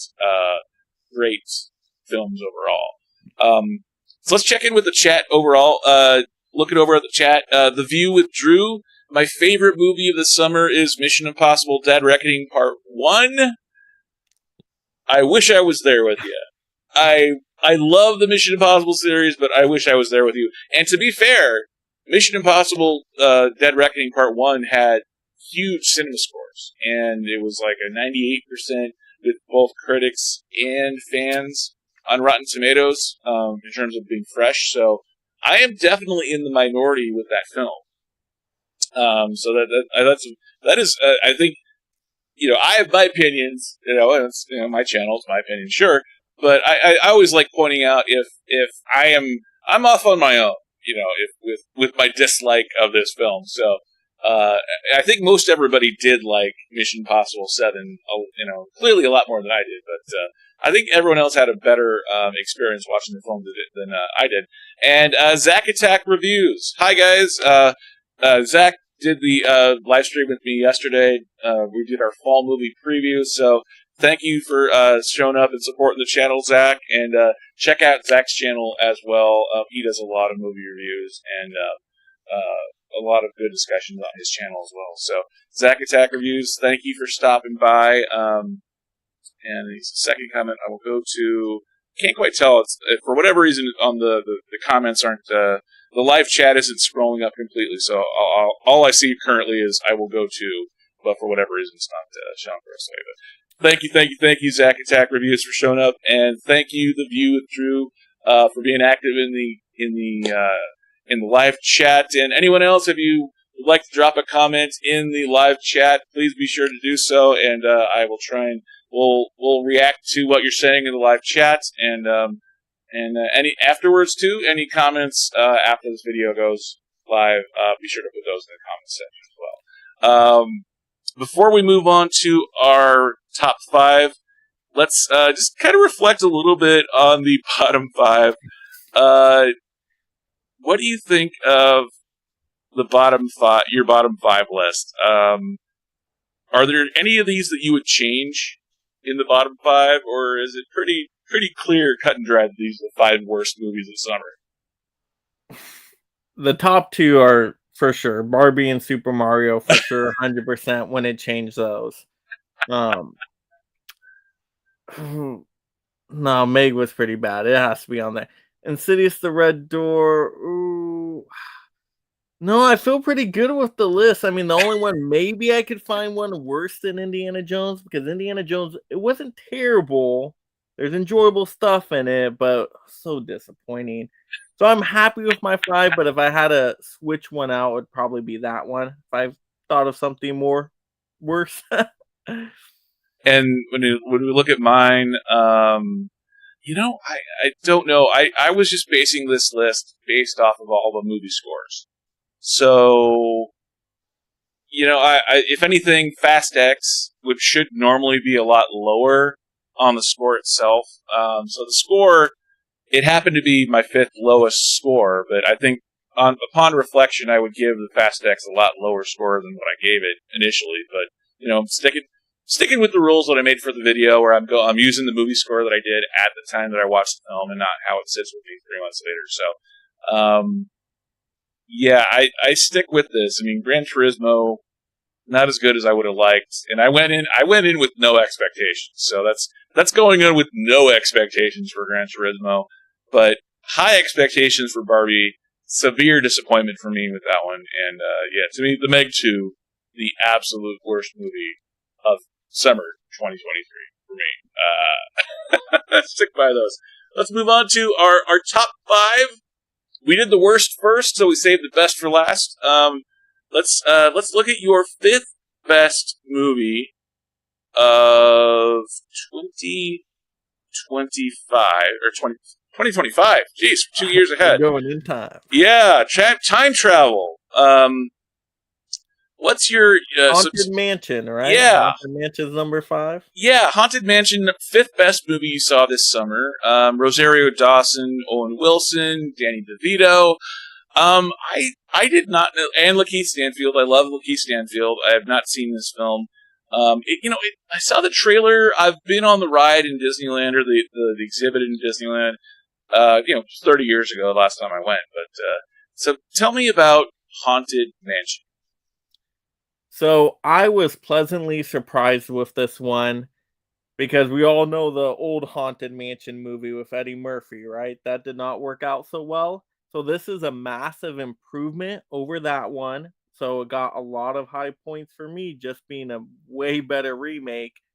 And I loved everything about this movie. As you mentioned, this is an all-star cast here, and all the different cast members have standout moments. So I'm actually invested into these characters. Unlike the bottom movies on my list, these characters I actually cared about and was along with their story. It gives you good background information too. There's some emotions in there. It takes place in New Orleans, and I actually just vacationed in New Orleans like a week or two before I saw the movie. So I was able to like pick stuff out. I'm like, oh, I just saw that. I just saw that. So that was pretty cool. Just kind of memory lane for me right there. But the visuals were great. Like the ghost characters, visuals looked awesome. And it felt like the ride. If you love the ride, which is one of my favorite Disneyland rides, it feels like the ride. There's so many references to the ride. There's surprises in there too. Like you name some of the cast members, there's some surprise cast members in there I was not expecting at all. That I'm like, ooh, they're in this movie. Okay, I'm ready for that. So it's like it was one of the hidden gems of the summer for me because I wasn't expecting much, and it turned out to be a really fun movie. I mean, the only bad thing is it's a spooky season movie that came out in summer. They should have saved it for the fall, more October time, because there's actually some Halloween stuff in there by the end of it. Like, this would have been a perfect October movie for the families. And it's a good family comedy where I say Barbie is not a family comedy. This one is a true family comedy. The whole family can enjoy it. I was laughing pretty frequently throughout the movie, and it was a good, entertaining, interesting story.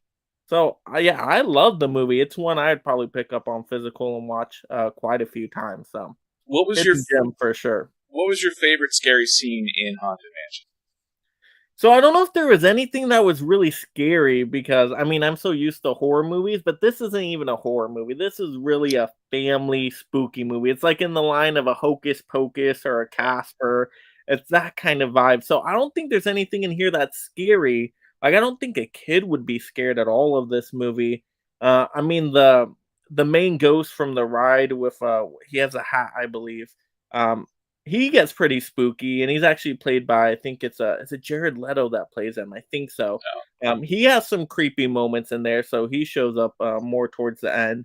Um, but all the imagery was perfect. Oh gosh, like Madame Leota in the Crystal Ball.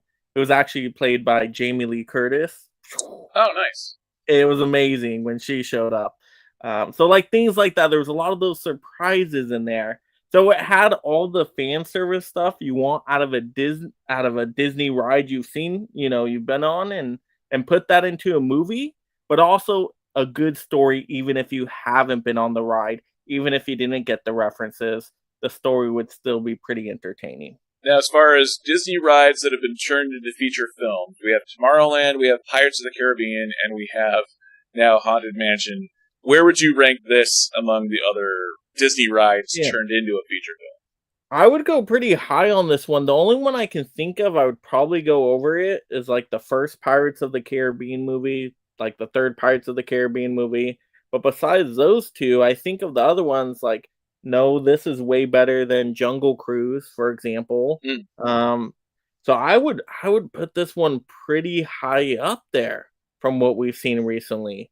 Trying to think of, was there another ride movie? I don't think what else. I'm sure there probably have been over the years, but those are the ones that I could think of in the last 20 years or so. At least. My number 5 is... Oh, wait, that's wrong screen. Uh, my number 5 is Spider-Man Across the Spider-Verse. I gave it a 69 of 100, or 3.5 stars. I loved the first Spider-Verse movie. That was my introduction to Miles Morales as a character, as opposed to just Peter Parker as Spider-Man. I got to go to CinemaCon this year, and we got a 14-minute scene from Across the Spider-Verse, like a month or two before the film came out. And it was interesting watching it because we had some of the effects of the scene, some of the CGI in the scene was completely done. And you could totally tell, like, mid-scene, for whatever reason, they were cutting out different segments. So they had temp track audio with just, like, placeholder CGI. And it was really interesting to see the evolution of an emotional scene in a Spider-Man film.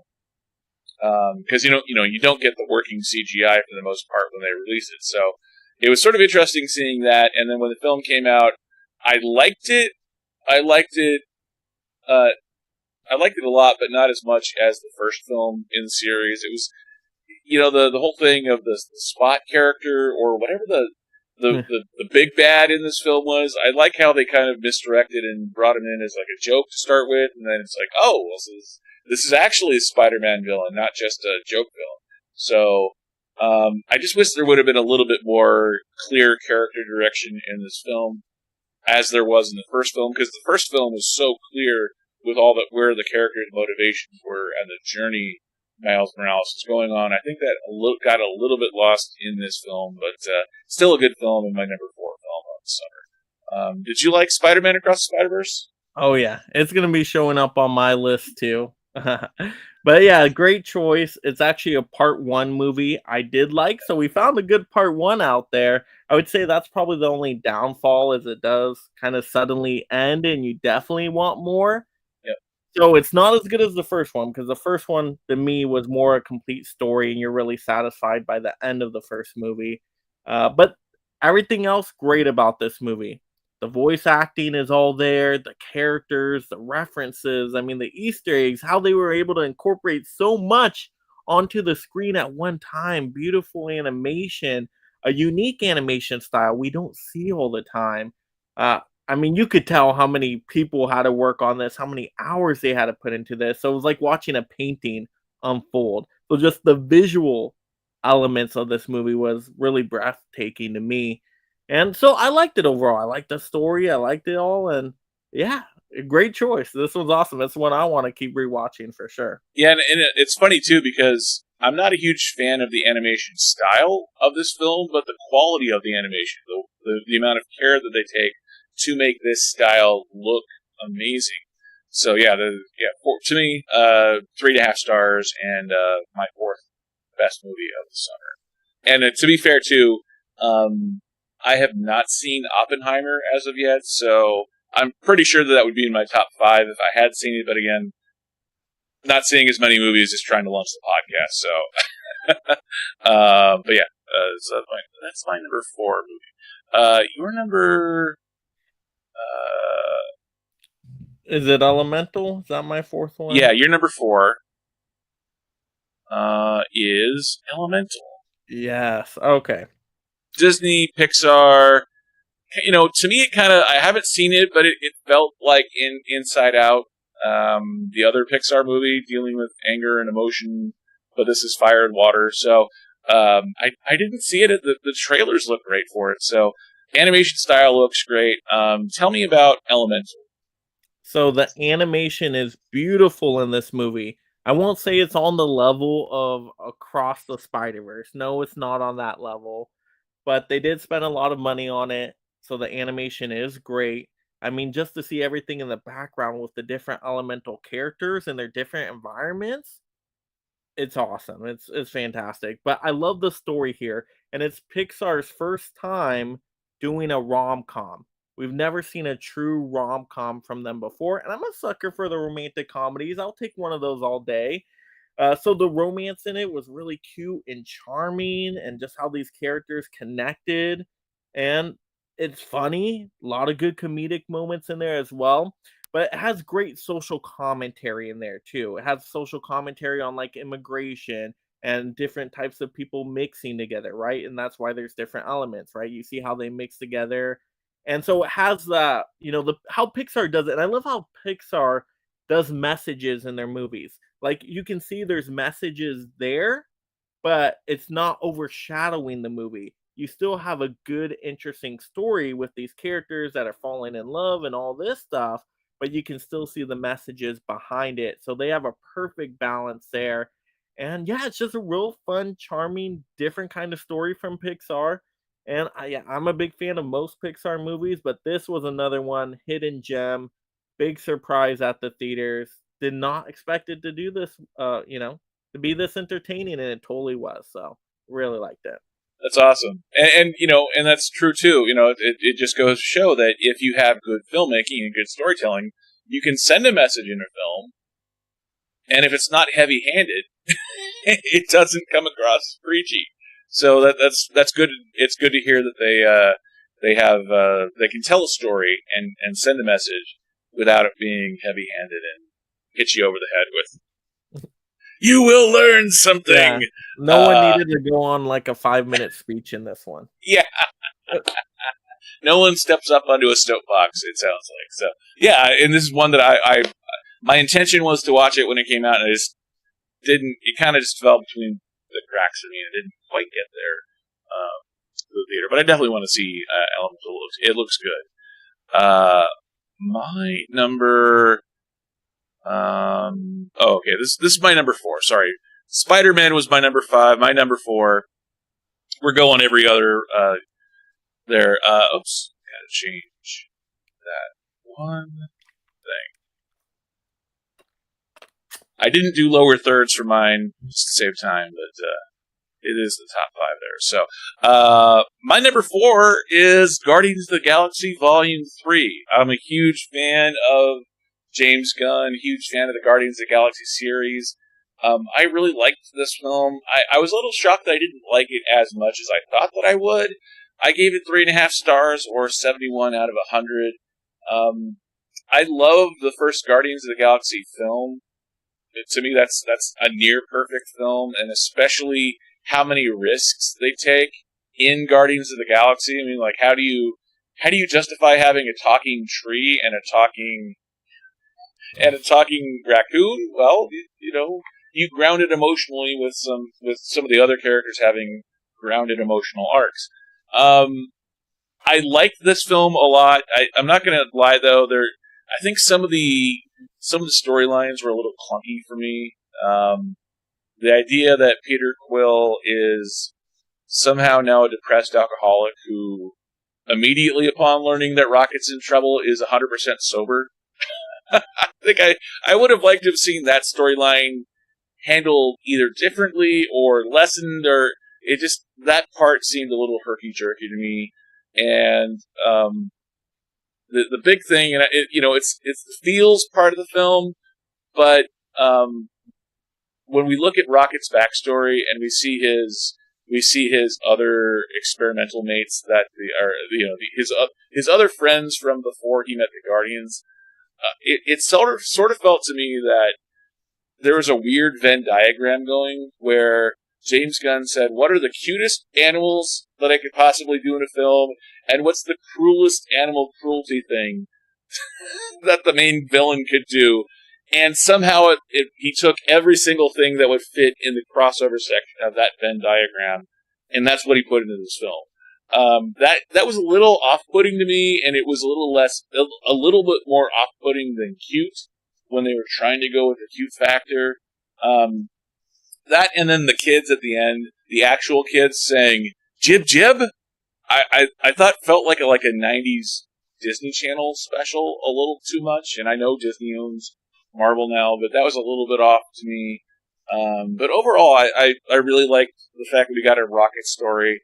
I wish we would have gotten more of Adam, brain farting on his name, Adam Warlock. I wish we would have gotten a little bit more of Adam Warlock, because he's so overpowered when he first shows up, and then he's depowered the rest of the film.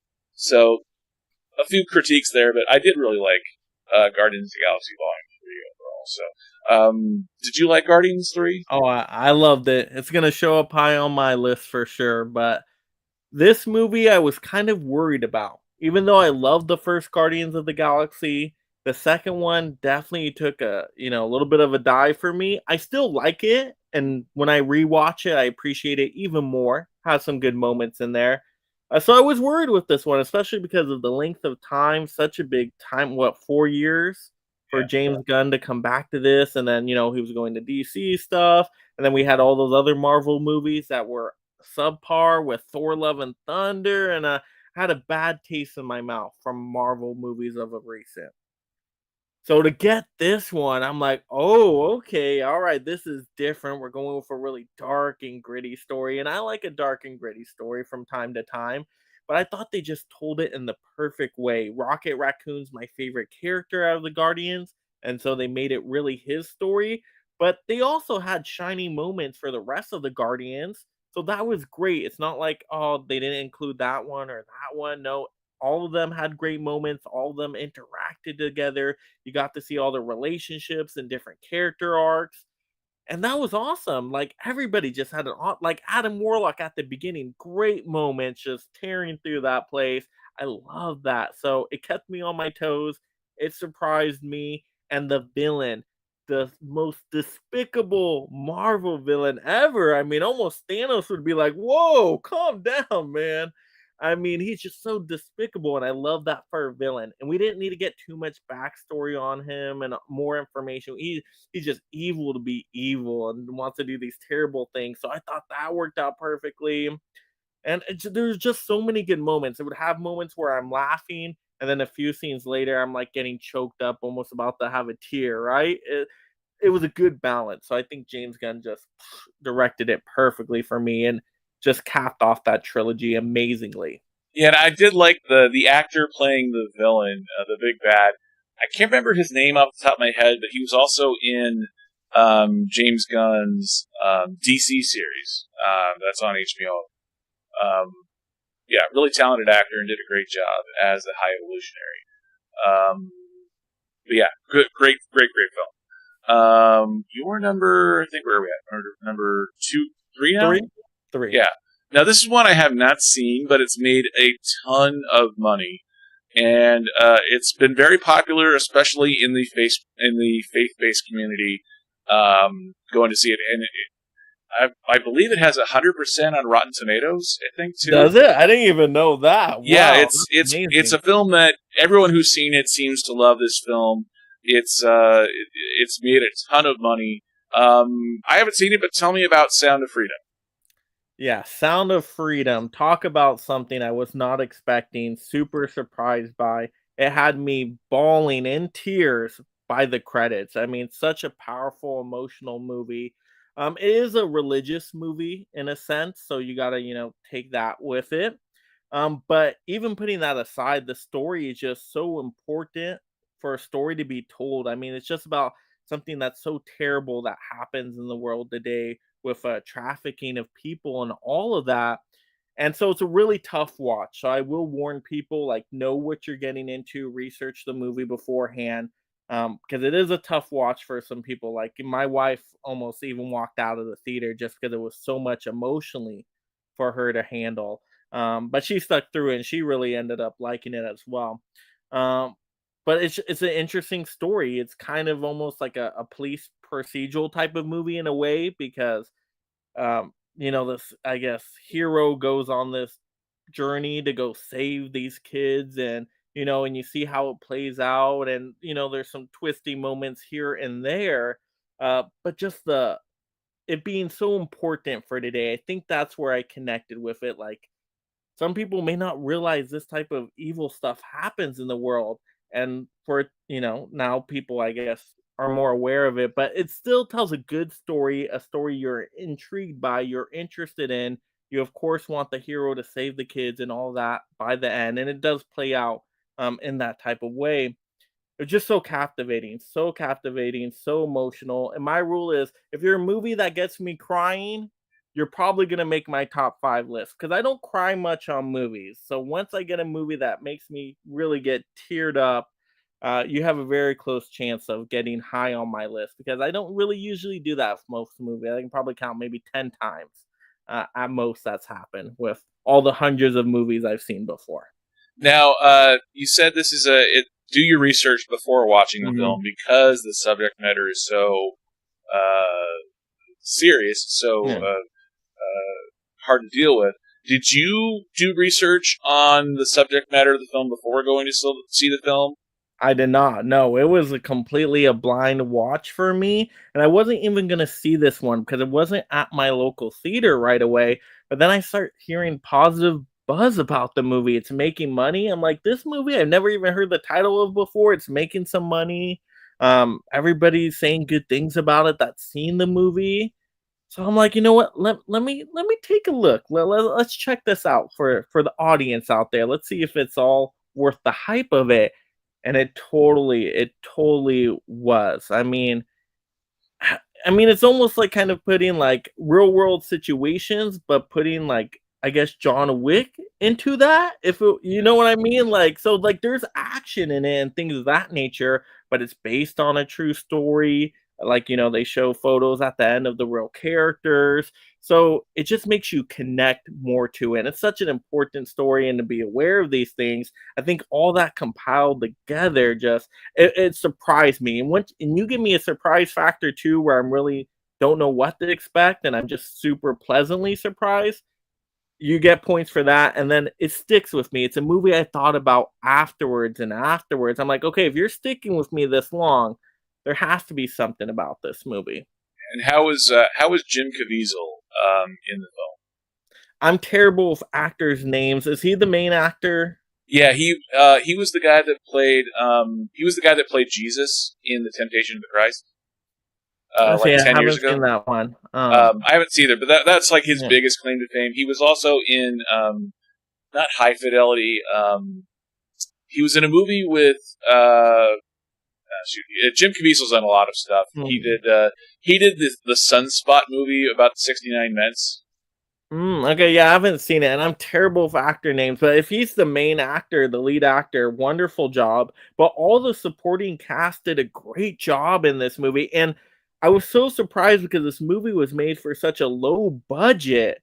You would not expect it to be this well made, but the acting talent was there. How it was filmed quite well. Once again, on the budget limitations they had, I'm like, this is filmed way better than, say, The Trench, the Meg movie, right? And that I'm sure had way bigger budget. So because of those factors, I'm like, they really made something out of working with a little here in terms of budget and whatnot, and different constraints. And they didn't even have a marketing budget to get this movie out. So they had to rely on grassroots and word of mouth and all this stuff. And so to me, that story was just awesome in itself. And Jim Caviezel, by the way, is the guy with the police badge around his neck, and he's got a beard. So he's the main guy then. Yeah, he did a great job. Cool. My number, as we get near our top, my number 2 film is, it's a bit weird. Oh wait, no, sorry, my number 3 film. I wouldn't have expected it to be this high because it's not really a critically acclaimed film series, but Transformers: Rise of the Beasts. And honestly, I think my score of 3.5 stars, 74 points out of 100, really is more a reflection of lowered expectations than anything. And this is a film that it hasn't sat as well, and I probably, upon reflection, wouldn't have scored it as high as 3.5 stars, but it was fun to go to. The CGI quality for being a Transformers movie is better than most of the other Transformers films. And really, probably the best Transformers movie since Transformers 3.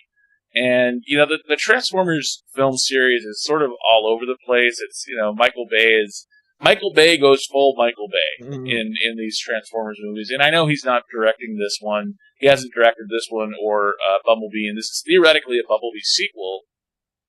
But The focus on this one is more Mirage, and it's sort of interesting seeing Pete Davidson play Mirage, and Mirage be the focus of the film, even though this is, theoretically, it was labeled at least a Bumblebee sequel. Interesting too, they kill off Bumblebee like halfway through the film, and then he somehow comes back to life. So that was sort of weird, and then the end battle scene is sort of a weird scenario where for some reason there's a big trench that's exactly human size that people can go on to get the sky bridge thing. And yeah, so it's, it's not perfect, but as far as our human characters go, I really liked Anthony Ramos. I really liked Danielle Brooks, two really solid actors. Anthony Ramos from In the Heights, Danielle Brooks from Orange is the New Black. Two solid characters, two solid actors. I like that they have the lead male character who's good looking, and they have the lead female character who's good looking, but they didn't try and force a romance angle, which is kind of refreshing because so they follow the formula, but they don't force the romance. And really, there wasn't any romantic chemistry there anyway. But the focus of the film being more Anthony Ramos and his motivations trying to take care of his younger brother. I liked all of that part of it, and we didn't get as much Transformers in the Transformers movie. So it was a good, solid emotional arc for our main human characters. The Beast Wars and the Beast Wars characters are not in it a ton, and I like that they didn't try and force that, but they did use it as a marketing device, so I think that was a little bit dishonest overall. But yeah, good, solid film, and worth watching. Especially now that it's out of theaters and you can watch it on streaming or VOD. So, Transformers: Rise of the Beasts. What are your thoughts on Transformers 5 or Transformers 7, whatever it was? Absolutely agreed. It's a fun time. I had a blast with the movie. The cast is great. The voice acting talent. I mean, they even got Michelle Yeoh to voice act one of the Beast characters. And yeah, it was just entertaining, action packed. I would put this Transformers movie right behind Bumblebee for me. So I would go first Transformers, Bumblebee, then this one. So that's pretty high up there. But yeah, it was awesome. All the creature designs were really cool. The visuals for what they were pretty awesome. So I was thoroughly entertained. I love the soundtrack to the movie. So I had a great time with this one. It was like a roller coaster of a ride, and I was all for it. The one thing that I was really wishing, and because this was theoretically a Bumblebee sequel, I was really hoping to get Haley Steinfeld back for this film. And, anytime you have a Transformers movie, you have to have some sort of military guy. So John Cena as the military guy from the last film, I thought that they had good chemistry, and I liked that storyline. So the fact that we sort of abandoned it for a completely different set of characters, it didn't have to be a Bumblebee sequel in that scenario. But overall, yeah, it was a good, solid film, and I wish we would have gotten a Bumblebee sequel. I think that would have made more sense at some point. But yeah, and also interesting too. The setting of the film is June 1994. For whatever reason, like it could have been 2 or 3 years earlier, could have been 2 or 3 years later, but that happened to be the month that I graduated high school because I'm old. So it's sort of a weird time and place to set. Like, there's no real reason exactly why it is exactly set as June 1994. But yeah, other than that, yeah, a good solid film. And you're right, it's definitely upper half of the Transformers movies in a Transformers ranking, for sure. Your number, I think we're at number 2 now. Yep. My notes are correct. Your number 2, talked about it a little bit already, but tell me about Across the Spider-Verse. Oh, such a spectacle of a animation movie here. And I'm not the biggest animation fan, so if you can win me over with an animation title, you already get more points for that. But like I said, it's like a visual painting. The style is so gorgeous, every scene, and it looks so different too. All the character designs, like what they did with the Vulture character at the beginning, it was so unique and different. And I know as moviegoers, sometimes we just crave something new. We don't want to see the same things over and over again. And this was something new. and it was entertaining. I loved the stories. I thought the Spock character as the villain was fun. Once again, something unique and different, had his moments. So I want to see how it plays out in the next one.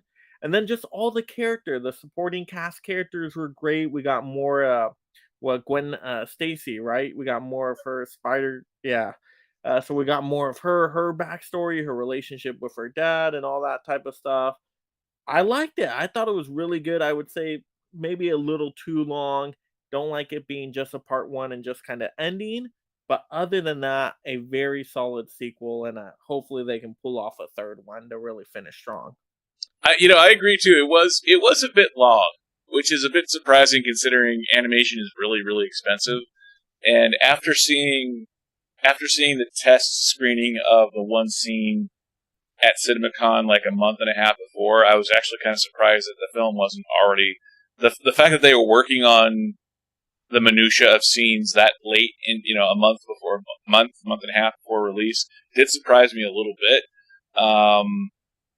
But yeah, I think a little bit shorter film probably would have been better overall. But yeah, good solid film, good art, a good heart to it, and a good story arc, and it's not one that is hurt by being part one.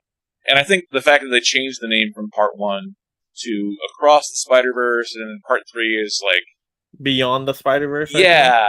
So I think they kept the naming convention, but abandoned the part one, part two thing, which is they probably, if anything, were thinking sort of like you were thinking, like, part one, part two, it's standalone stories probably make more sense. So, good film across the board. My number two this is one that really shocked me. This is the last voyage of the Demeter. This is Count Dracula on a boat going from Romania to London. It's based on a chapter out of Bram Stoker's Dracula, and going in from from the first scene onward that everyone dies, and that Dracula doesn't die. So the fact that this is my second best film of the summer, and again, I didn't see Oppenheimer yet, so take that for what it is. I went in with no expectations. I wasn't planning on watching this film. I went to watch it last week, and this is how weird of a night this was. This was Monday night last week, and I live in Las Vegas. A hurricane came through Las Vegas, Nevada. So when I went to the 10:30 p.m. screening, I tried ordering my ticket. They're like, "Yeah, we're not selling tickets for that movie." And I was like, "Well, it's not sold out, is it?" Like, "Well, we had a leak in the roof." I was like, "There's a leaky roof in the movie theater?" So I'm like, "Okay, what else is showing other than Blue Beetle?" Because I went to go see Blue Beetle. That was the intention. And I was like, the only other movie that I hadn't seen that was starting at the same time was The Last Voyage of the Demeter. So that was sort of the weird story surrounding it. And, when you're starting off with everyone dies, and the villain doesn't die, because it's the bigger part of the book, it's really surprising to me that the filmmaking was this good. Corey Hawkins plays a doctor. He's our sort of point of view character. He's in Romania trying to get back to London, and he books...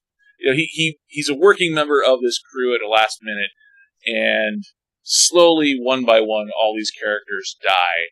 And the fact that it's shot digitally, it's shot on a small wooden boat, and it's shot at night. And yet, cinematography is done well enough, and the kills are all slightly different, to where you're getting a different experience with each character. None of the storytelling in this film gets old. The fact that the setting shouldn't work, the cinematography shouldn't work, the fact that they give away everything in terms of the plot and suspending disbelief for the entire film. Well, maybe one of these characters can survive. No, they show you every single person is dead.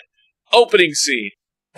So the fact that we don't even have a hint of a thought that Dracula could be killed because we know that he survives. And yet the storytelling is so good that you root for these characters. It doesn't get repetitive. It's visually stunning to look at, and I didn't think that it would be. A lot of a lot of in the hands of a lesser filmmaker, this film would have been cringeworthy, eye-rolly, but it was actually a really fun, well, not fun, a suspenseful, good thriller along the lines of Alien in terms of jump scares and keeping suspense going throughout the entire film. And if you weren't planning on watching it, like I wasn't planning on watching it, this is the type of film that is absolutely worth watching, especially in theaters with a dark surrounding with you, or a dark surrounding of the actual theater. So definitely worth watching. So it's my number 2 movie of the summer. Surprisingly. Have you seen The Last Voyage of the Demeter? I have, and I'm surprised it's so high on your list, but it was better than I expected. I thought I was going to go into that movie, walk out, thumbs down, or at the best be very mediocre and forgettable. But it was pretty good. It was entertaining. The cast was solid. I mean, they did a lot with such a little setting. I thought Dracula worked well enough. I thought there were some cool kills in the movie too, when like people would burst into flames and things of that nature. I thought that was pretty interesting. So yeah, it had a good creepy atmosphere about the movie, very atmospheric, especially like certain night scenes, and then if it would rain or whatnot. Um, so yeah, I for a horror movie, it's worth a watch. I told people they you don't need to rush out to the theater for it, but if you're a horror fan, at least check it out when it comes on the streaming. Better than I expected. So And for anyone I am not a huge horror fan. I like a good film here and there, but like the whole vampire genre thing, the sexy, sparkly vampires of Twilight, those are fine. But like that is not the vampire that we get in The Last Voyage of the Demeter. This is much more like the movie Alien, the first Alien film, where it's a creature more than a sophisticated gentleman who drinks blood. Like this is a creature. I guess technically it speaks a little bit, but it's more force of nature, force of darkness, and don't want to spoil it more than that. But it is not a Vincent Price, I love to drink your blood. It's like there's very little dialogue in terms of the villain. It's very force of nature, very force of the underworld, I guess. So that's I like that it's a fresh take for me on Dracula for being a character that's been in so many different films. So many times. I don't think I've ever seen Dracula portrayed this way before. So that's my number 2 film. Your number, I think we're at number 1. Number 1, first place. Number 1. Your number 1 film is the end to the end of the trilogy, Guardians of the Galaxy Part 3, the send-off to James Gunn as he goes off to DC Comics, but one last ride for the Guardians of the Galaxy. Tell me about Guardians 3. I mean, this is just my favorite movie of the year so far, let alone summer. This movie was so great. Like I said, I was hesitant on it at first. I didn't know if James Gunn was going to be able to pull this one off because we saw the dip with Volume 2, but he totally brings it back. Amazing characters. We had all those great character arcs and emotions, and it didn't get me crying this movie, but it got me choked up. I almost got a tear or two, so it was getting me there. But it would do that in a scene and then had me laughing in the next scene, and it would keep going back and forth and back and forth, which just made it a very wildly entertaining movie. Once again, every character got a moment. Even Groot, who I would say was probably sidelined the most, he still got a really cool moment, a surprising moment when he goes all action-packed. You see his wings, he's all flying out the window. So even he gets an awesome, fun moment. And then how it ties up at the end, too, I was totally fine with. I love how they left it open for future Guardians movies. But even if they ended it here, you knew what was happening to each of the characters. You knew kind of what their next life journeys would have been. So it closed up so nicely, and I love the dancing at the end because it was very like kind of somber and dark tone, but then they break out into dancing and you're like, wait, is this gonna work right now? And you're like, oh, it totally works. I kind of want to dance with them. And so the music is great here. Really no flaw with this movie. The one minor critique or complaint I personally had, which I know some people were fine with this, is just Groot speaking. And what do you say at the end, like, "I love you," or "family," or something like that? That was the only part I'm like, I wish we would have still been in like Groot language and he would just said, I am Groot, and then I would have got what you're saying. But that's really the only thing I could even complain about. The rest of it's great. Yeah, I agree. And it's sort of interesting because I will say too. I think for anyone who has not seen Guardians of the Galaxy Volume 3 yet, definitely watch the Christmas special Oh yeah. before watching this film, because I just signed up for Disney Plus a month ago, so I've been going through the whole Disney Plus catalog, and there's a lot of stuff in the Christmas special that is referenced in Guardians 3 that, it's one of those where you know that it's a reference to something when you're watching it. If you haven't seen the Christmas special, you know it's referring to something, and you can kind of guess at what it is. But like, it's better to watch if you're planning to watch it, because it's out of theaters now. So if you're planning to watch it on Disney Plus, watch the holiday special first, and then watch Guardians of the Galaxy Part 3, because there are a surprising number of crossover storylines and character elements to it that don't make as much sense without watching it first. That's the other thing. Yeah, and the other things too is the thing I liked about this too was Peter Quill's storyline, because if you think about everything that he goes through in Guardians of the Galaxy 1, and then you think about getting snapped out of existence, the blip, in Avengers Infinity War, and then he shows up at the battle on Earth in Avengers Endgame. That was sort of one of the things that I was wondering is, well, Peter Quill's been off in outer space for 30 years. He talks about Earth constantly, and he finds himself on Earth in Endgame. So why are they getting on the plane, the Demeter, and taking off again, getting off the spaceship, right? Why are they leaving Earth right away? I understand, okay, they have a life to live, and they're not coming back anytime soon. But if you find yourself on Earth, why are they not coming back? And they kind of finally address that a little bit in this film, and there's that Peter Quill story is surprisingly emotionally satisfying, in a way that I didn't think would be. That was the other thought about Guardians of the Galaxy 3 as to what makes it a good film, and surprising in a lot of ways. I guess not surprising, because James Gunn is great at taking weird characters and making them emotionally relatable. And I really hope that he's able to do that with DC Comics going forward as the head there. But super, super, super great film. And it had, as you were saying, it has all the feels. So good. Yeah, Guardians of the Galaxy, really good film. And my number one film is, and again, this surprises me a little bit. Again, haven't seen Oppenheimer. That might be up there, but by score, my best film of summer 2023 is The Little Mermaid. Of all things. I, to this day, have not seen the original Little Mermaid. I've seen some of the Disney live-action remakes. Mixed bag. I think I loved the Beauty and the Beast one.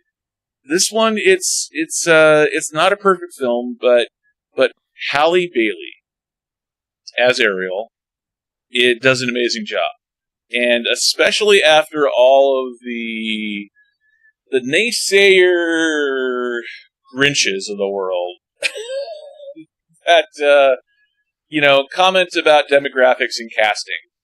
Her voice is so amazing, and the fact that she's able to do new recordings, new takes on Disney classic animated songs that everyone knows, and even as someone who hasn't watched the original Little Mermaid film, I know a lot of the songs from that film. Just Under the Sea. There's so many great classic Broadway style songs that come out of Little Mermaid.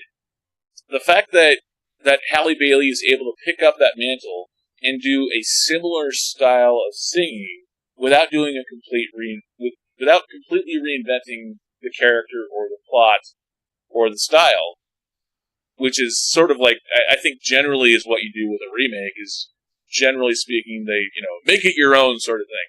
So the fact that she's going right up against the original and doing a very similar style is a really gutsy thing. That is not an easy thing to do. And she holds her own. It's not the same exact performance, but it is very similar stylistically. So Halle Bailey as the main character is rock solid. Everything else kind of fits in around her in terms of the acting cast. Melissa McCarthy as Ursula is great. Javier Bardem, I didn't like his booming voice. It more than being authoritative, I think felt a little almost villainish, a little bit. I mean, clearly he's not a villain character, but I love Javier Bardem, but I didn't like the booming voice thing of his character. But yeah, other than that, and then the CGI animation of Sebastian the Crab, I really didn't. Just the way something about Sebastian looked really creepy and off. And it's a crab. It's not like we look at crabs all day, every day. But the uncanny valley for being an animated crab just didn't look right. I don't know what was wrong about it. I don't. But the animated styling of the original animation style from the original film was a lot more friendly and animated and stylized. And I think that could have benefited the characters in this film.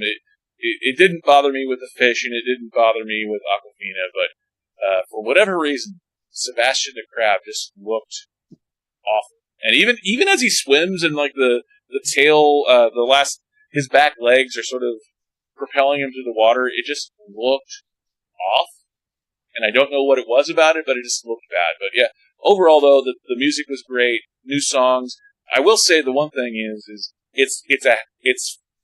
I did the math. It's 53 minutes longer than the original film, and I haven't seen the original film. But if it's the same story over almost an hour longer, it felt a little bit stretched out in some ways. But yeah, overall though, great production design. I love the CGI except for Sebastian, and yeah, Halle Bailey was brilliant. I love the film, and it was my number one film this summer. So.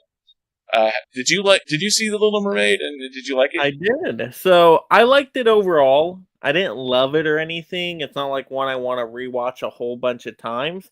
I've seen the original plenty of times. I got the original on 4K.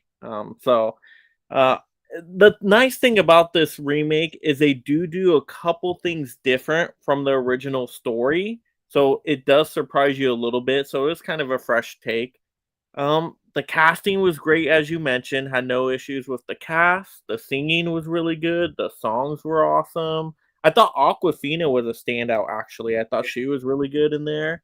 I didn't have a problem with the visuals, how the animals looked. To me, it's like that. Well, that's how a fish would look. That's how a crab would look. I mean, that's how they would look in real life. I mean, but I get what you're saying. They lose the charm of the animated cartoon looking characters. So, which is tough. It's tough when you do that. Like you translate it to live action. How do you make the animals translate? Because yeah, you're right. The flounder and the cartoon has a lot more personality than just this fish flopping around, right? So I get it. But what they were going for, I thought it was decent enough. It's one of the better live action remakes from Disney. So yeah, it wasn't terrible or anything like that. The villain was great in there. The villain had some singing and numbers in there I wasn't expecting that were a little bit different than the original movie too. So I think they did just enough different to keep it fresh. It was a little too long though. I would have cut it down maybe 30 minutes, 20 minutes at least. But other than that, it was fine. It was solid. I liked it overall. I think I gave it a positive thumbs up. So Yeah, and again, it's one of those where for whatever reason it's my number one movie. It doesn't like scream out as my number one film of the summer, but by score, it's the number one film. So that's what I went with because there's for whatever reason. And to be fair, I did not see Indiana Jones 5. I did not see Oppenheimer as of yet, and I did not. The other one I wanted to see was the Jennifer Lawrence comedy. Oh, No Hard Feelings. So Yeah, good, so funny. Yeah, so those are three that I intended to watch and just, they just kind of fell through the cracks. they're if I watch those, they very well could end up at the top of the list over Little Mermaid. But Little Mermaid, good solid pick, and it's by score, it's my number one movie of the summer. So, just look at one last time, looking at your top five. Any changes that you would make to your top five? No, I love my top 5. I think it's a perfect order. And because I think back to the movies I've seen, and I've seen pretty much all the big name movies of the summer. I see all the new releases every weekend, and those are all the movies I would want to rewatch the most often. So that's how I made my list. I'm like, what are the movies that stuck with me that I would want to rewatch again, just because of the memory it created. So I was happy with my list. And I'm relatively happy with mine too. And it's weird because this is not a blockbuster summer for me. It's not like it's uh, endless hit after endless hit, but it's a good solid summer. There's surprisingly more swing and a misses than I thought. Like there's more bad movies that came out this summer than I would have thought going into the summer. Like if you would have asked me at the beginning of the summer which of these films are going to suck, or there's more and bad films than I would have thought coming into the summer. But yeah, good at the top end. I liked all five of these movies that I had in my top five list. So Yeah, all the movies I was hopeful for did not make my top list. I'm like, oh, I've been waiting for a Flash movie forever, and then I'm like, oh, yeah, sorry, not going to make the top and look, 5. I did like the Flash movie, but it didn't. Me too. I liked it, but not enough to put it in top 5. But by score though, it just didn't. A good solid film, one of the better DCEU films, but not a perfect film. So that's the show. Tell me a little bit more. Tell me more about Mega Mike, the Movieman. Tell me more about your channel and what do you have coming up on your channel. Absolutely. So Mega Mike the Movie Man on all the platforms with YouTube, Instagram, TikTok. For my channel, I post a video every day. The 5 to 15-minute long videos, they all surround some physical media topic, whether it's physical media news, talking about what sold the most last week, talking about some Amazon deals, all that fun stuff. So I'll have a video posted tomorrow. I'm trying to think what I have. It's either a ranking or a physical media by the numbers. The day I had a video drop, that was me ranting on Disney. Usually my physical media news stories, they always lead back to a rant on Disney. I don't plan it that way. It just happens sometimes. So, if you want to see me rant on Disney a little bit, check out the video this morning. But yeah, so videos every day. I'll do an out of theater reaction short 1-minute video for what's new this weekend. What's the new title? I forgot what's the new release of the weekend. Oh, this upcoming weekend? Oh, Equalizer 3. That's yeah. what it is. So I'll see Equalizer 3. I'll do an out of theater reaction for that. And then we'll have my morning news show Sunday morning, 9 a.m. Pacific Standard Time as usual. And then my next live evening show will be the following week on Tuesday. I think it's September 5th.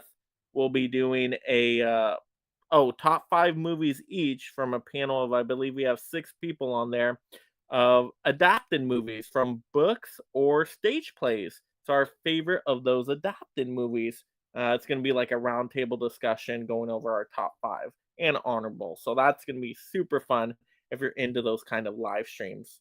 Absolutely. Love those styles. And you get the back and forth too. That's such a fun, just talking with other creators and talking with other movie fans about their favorite films of whatever the subject is. Yeah, it's so much fun.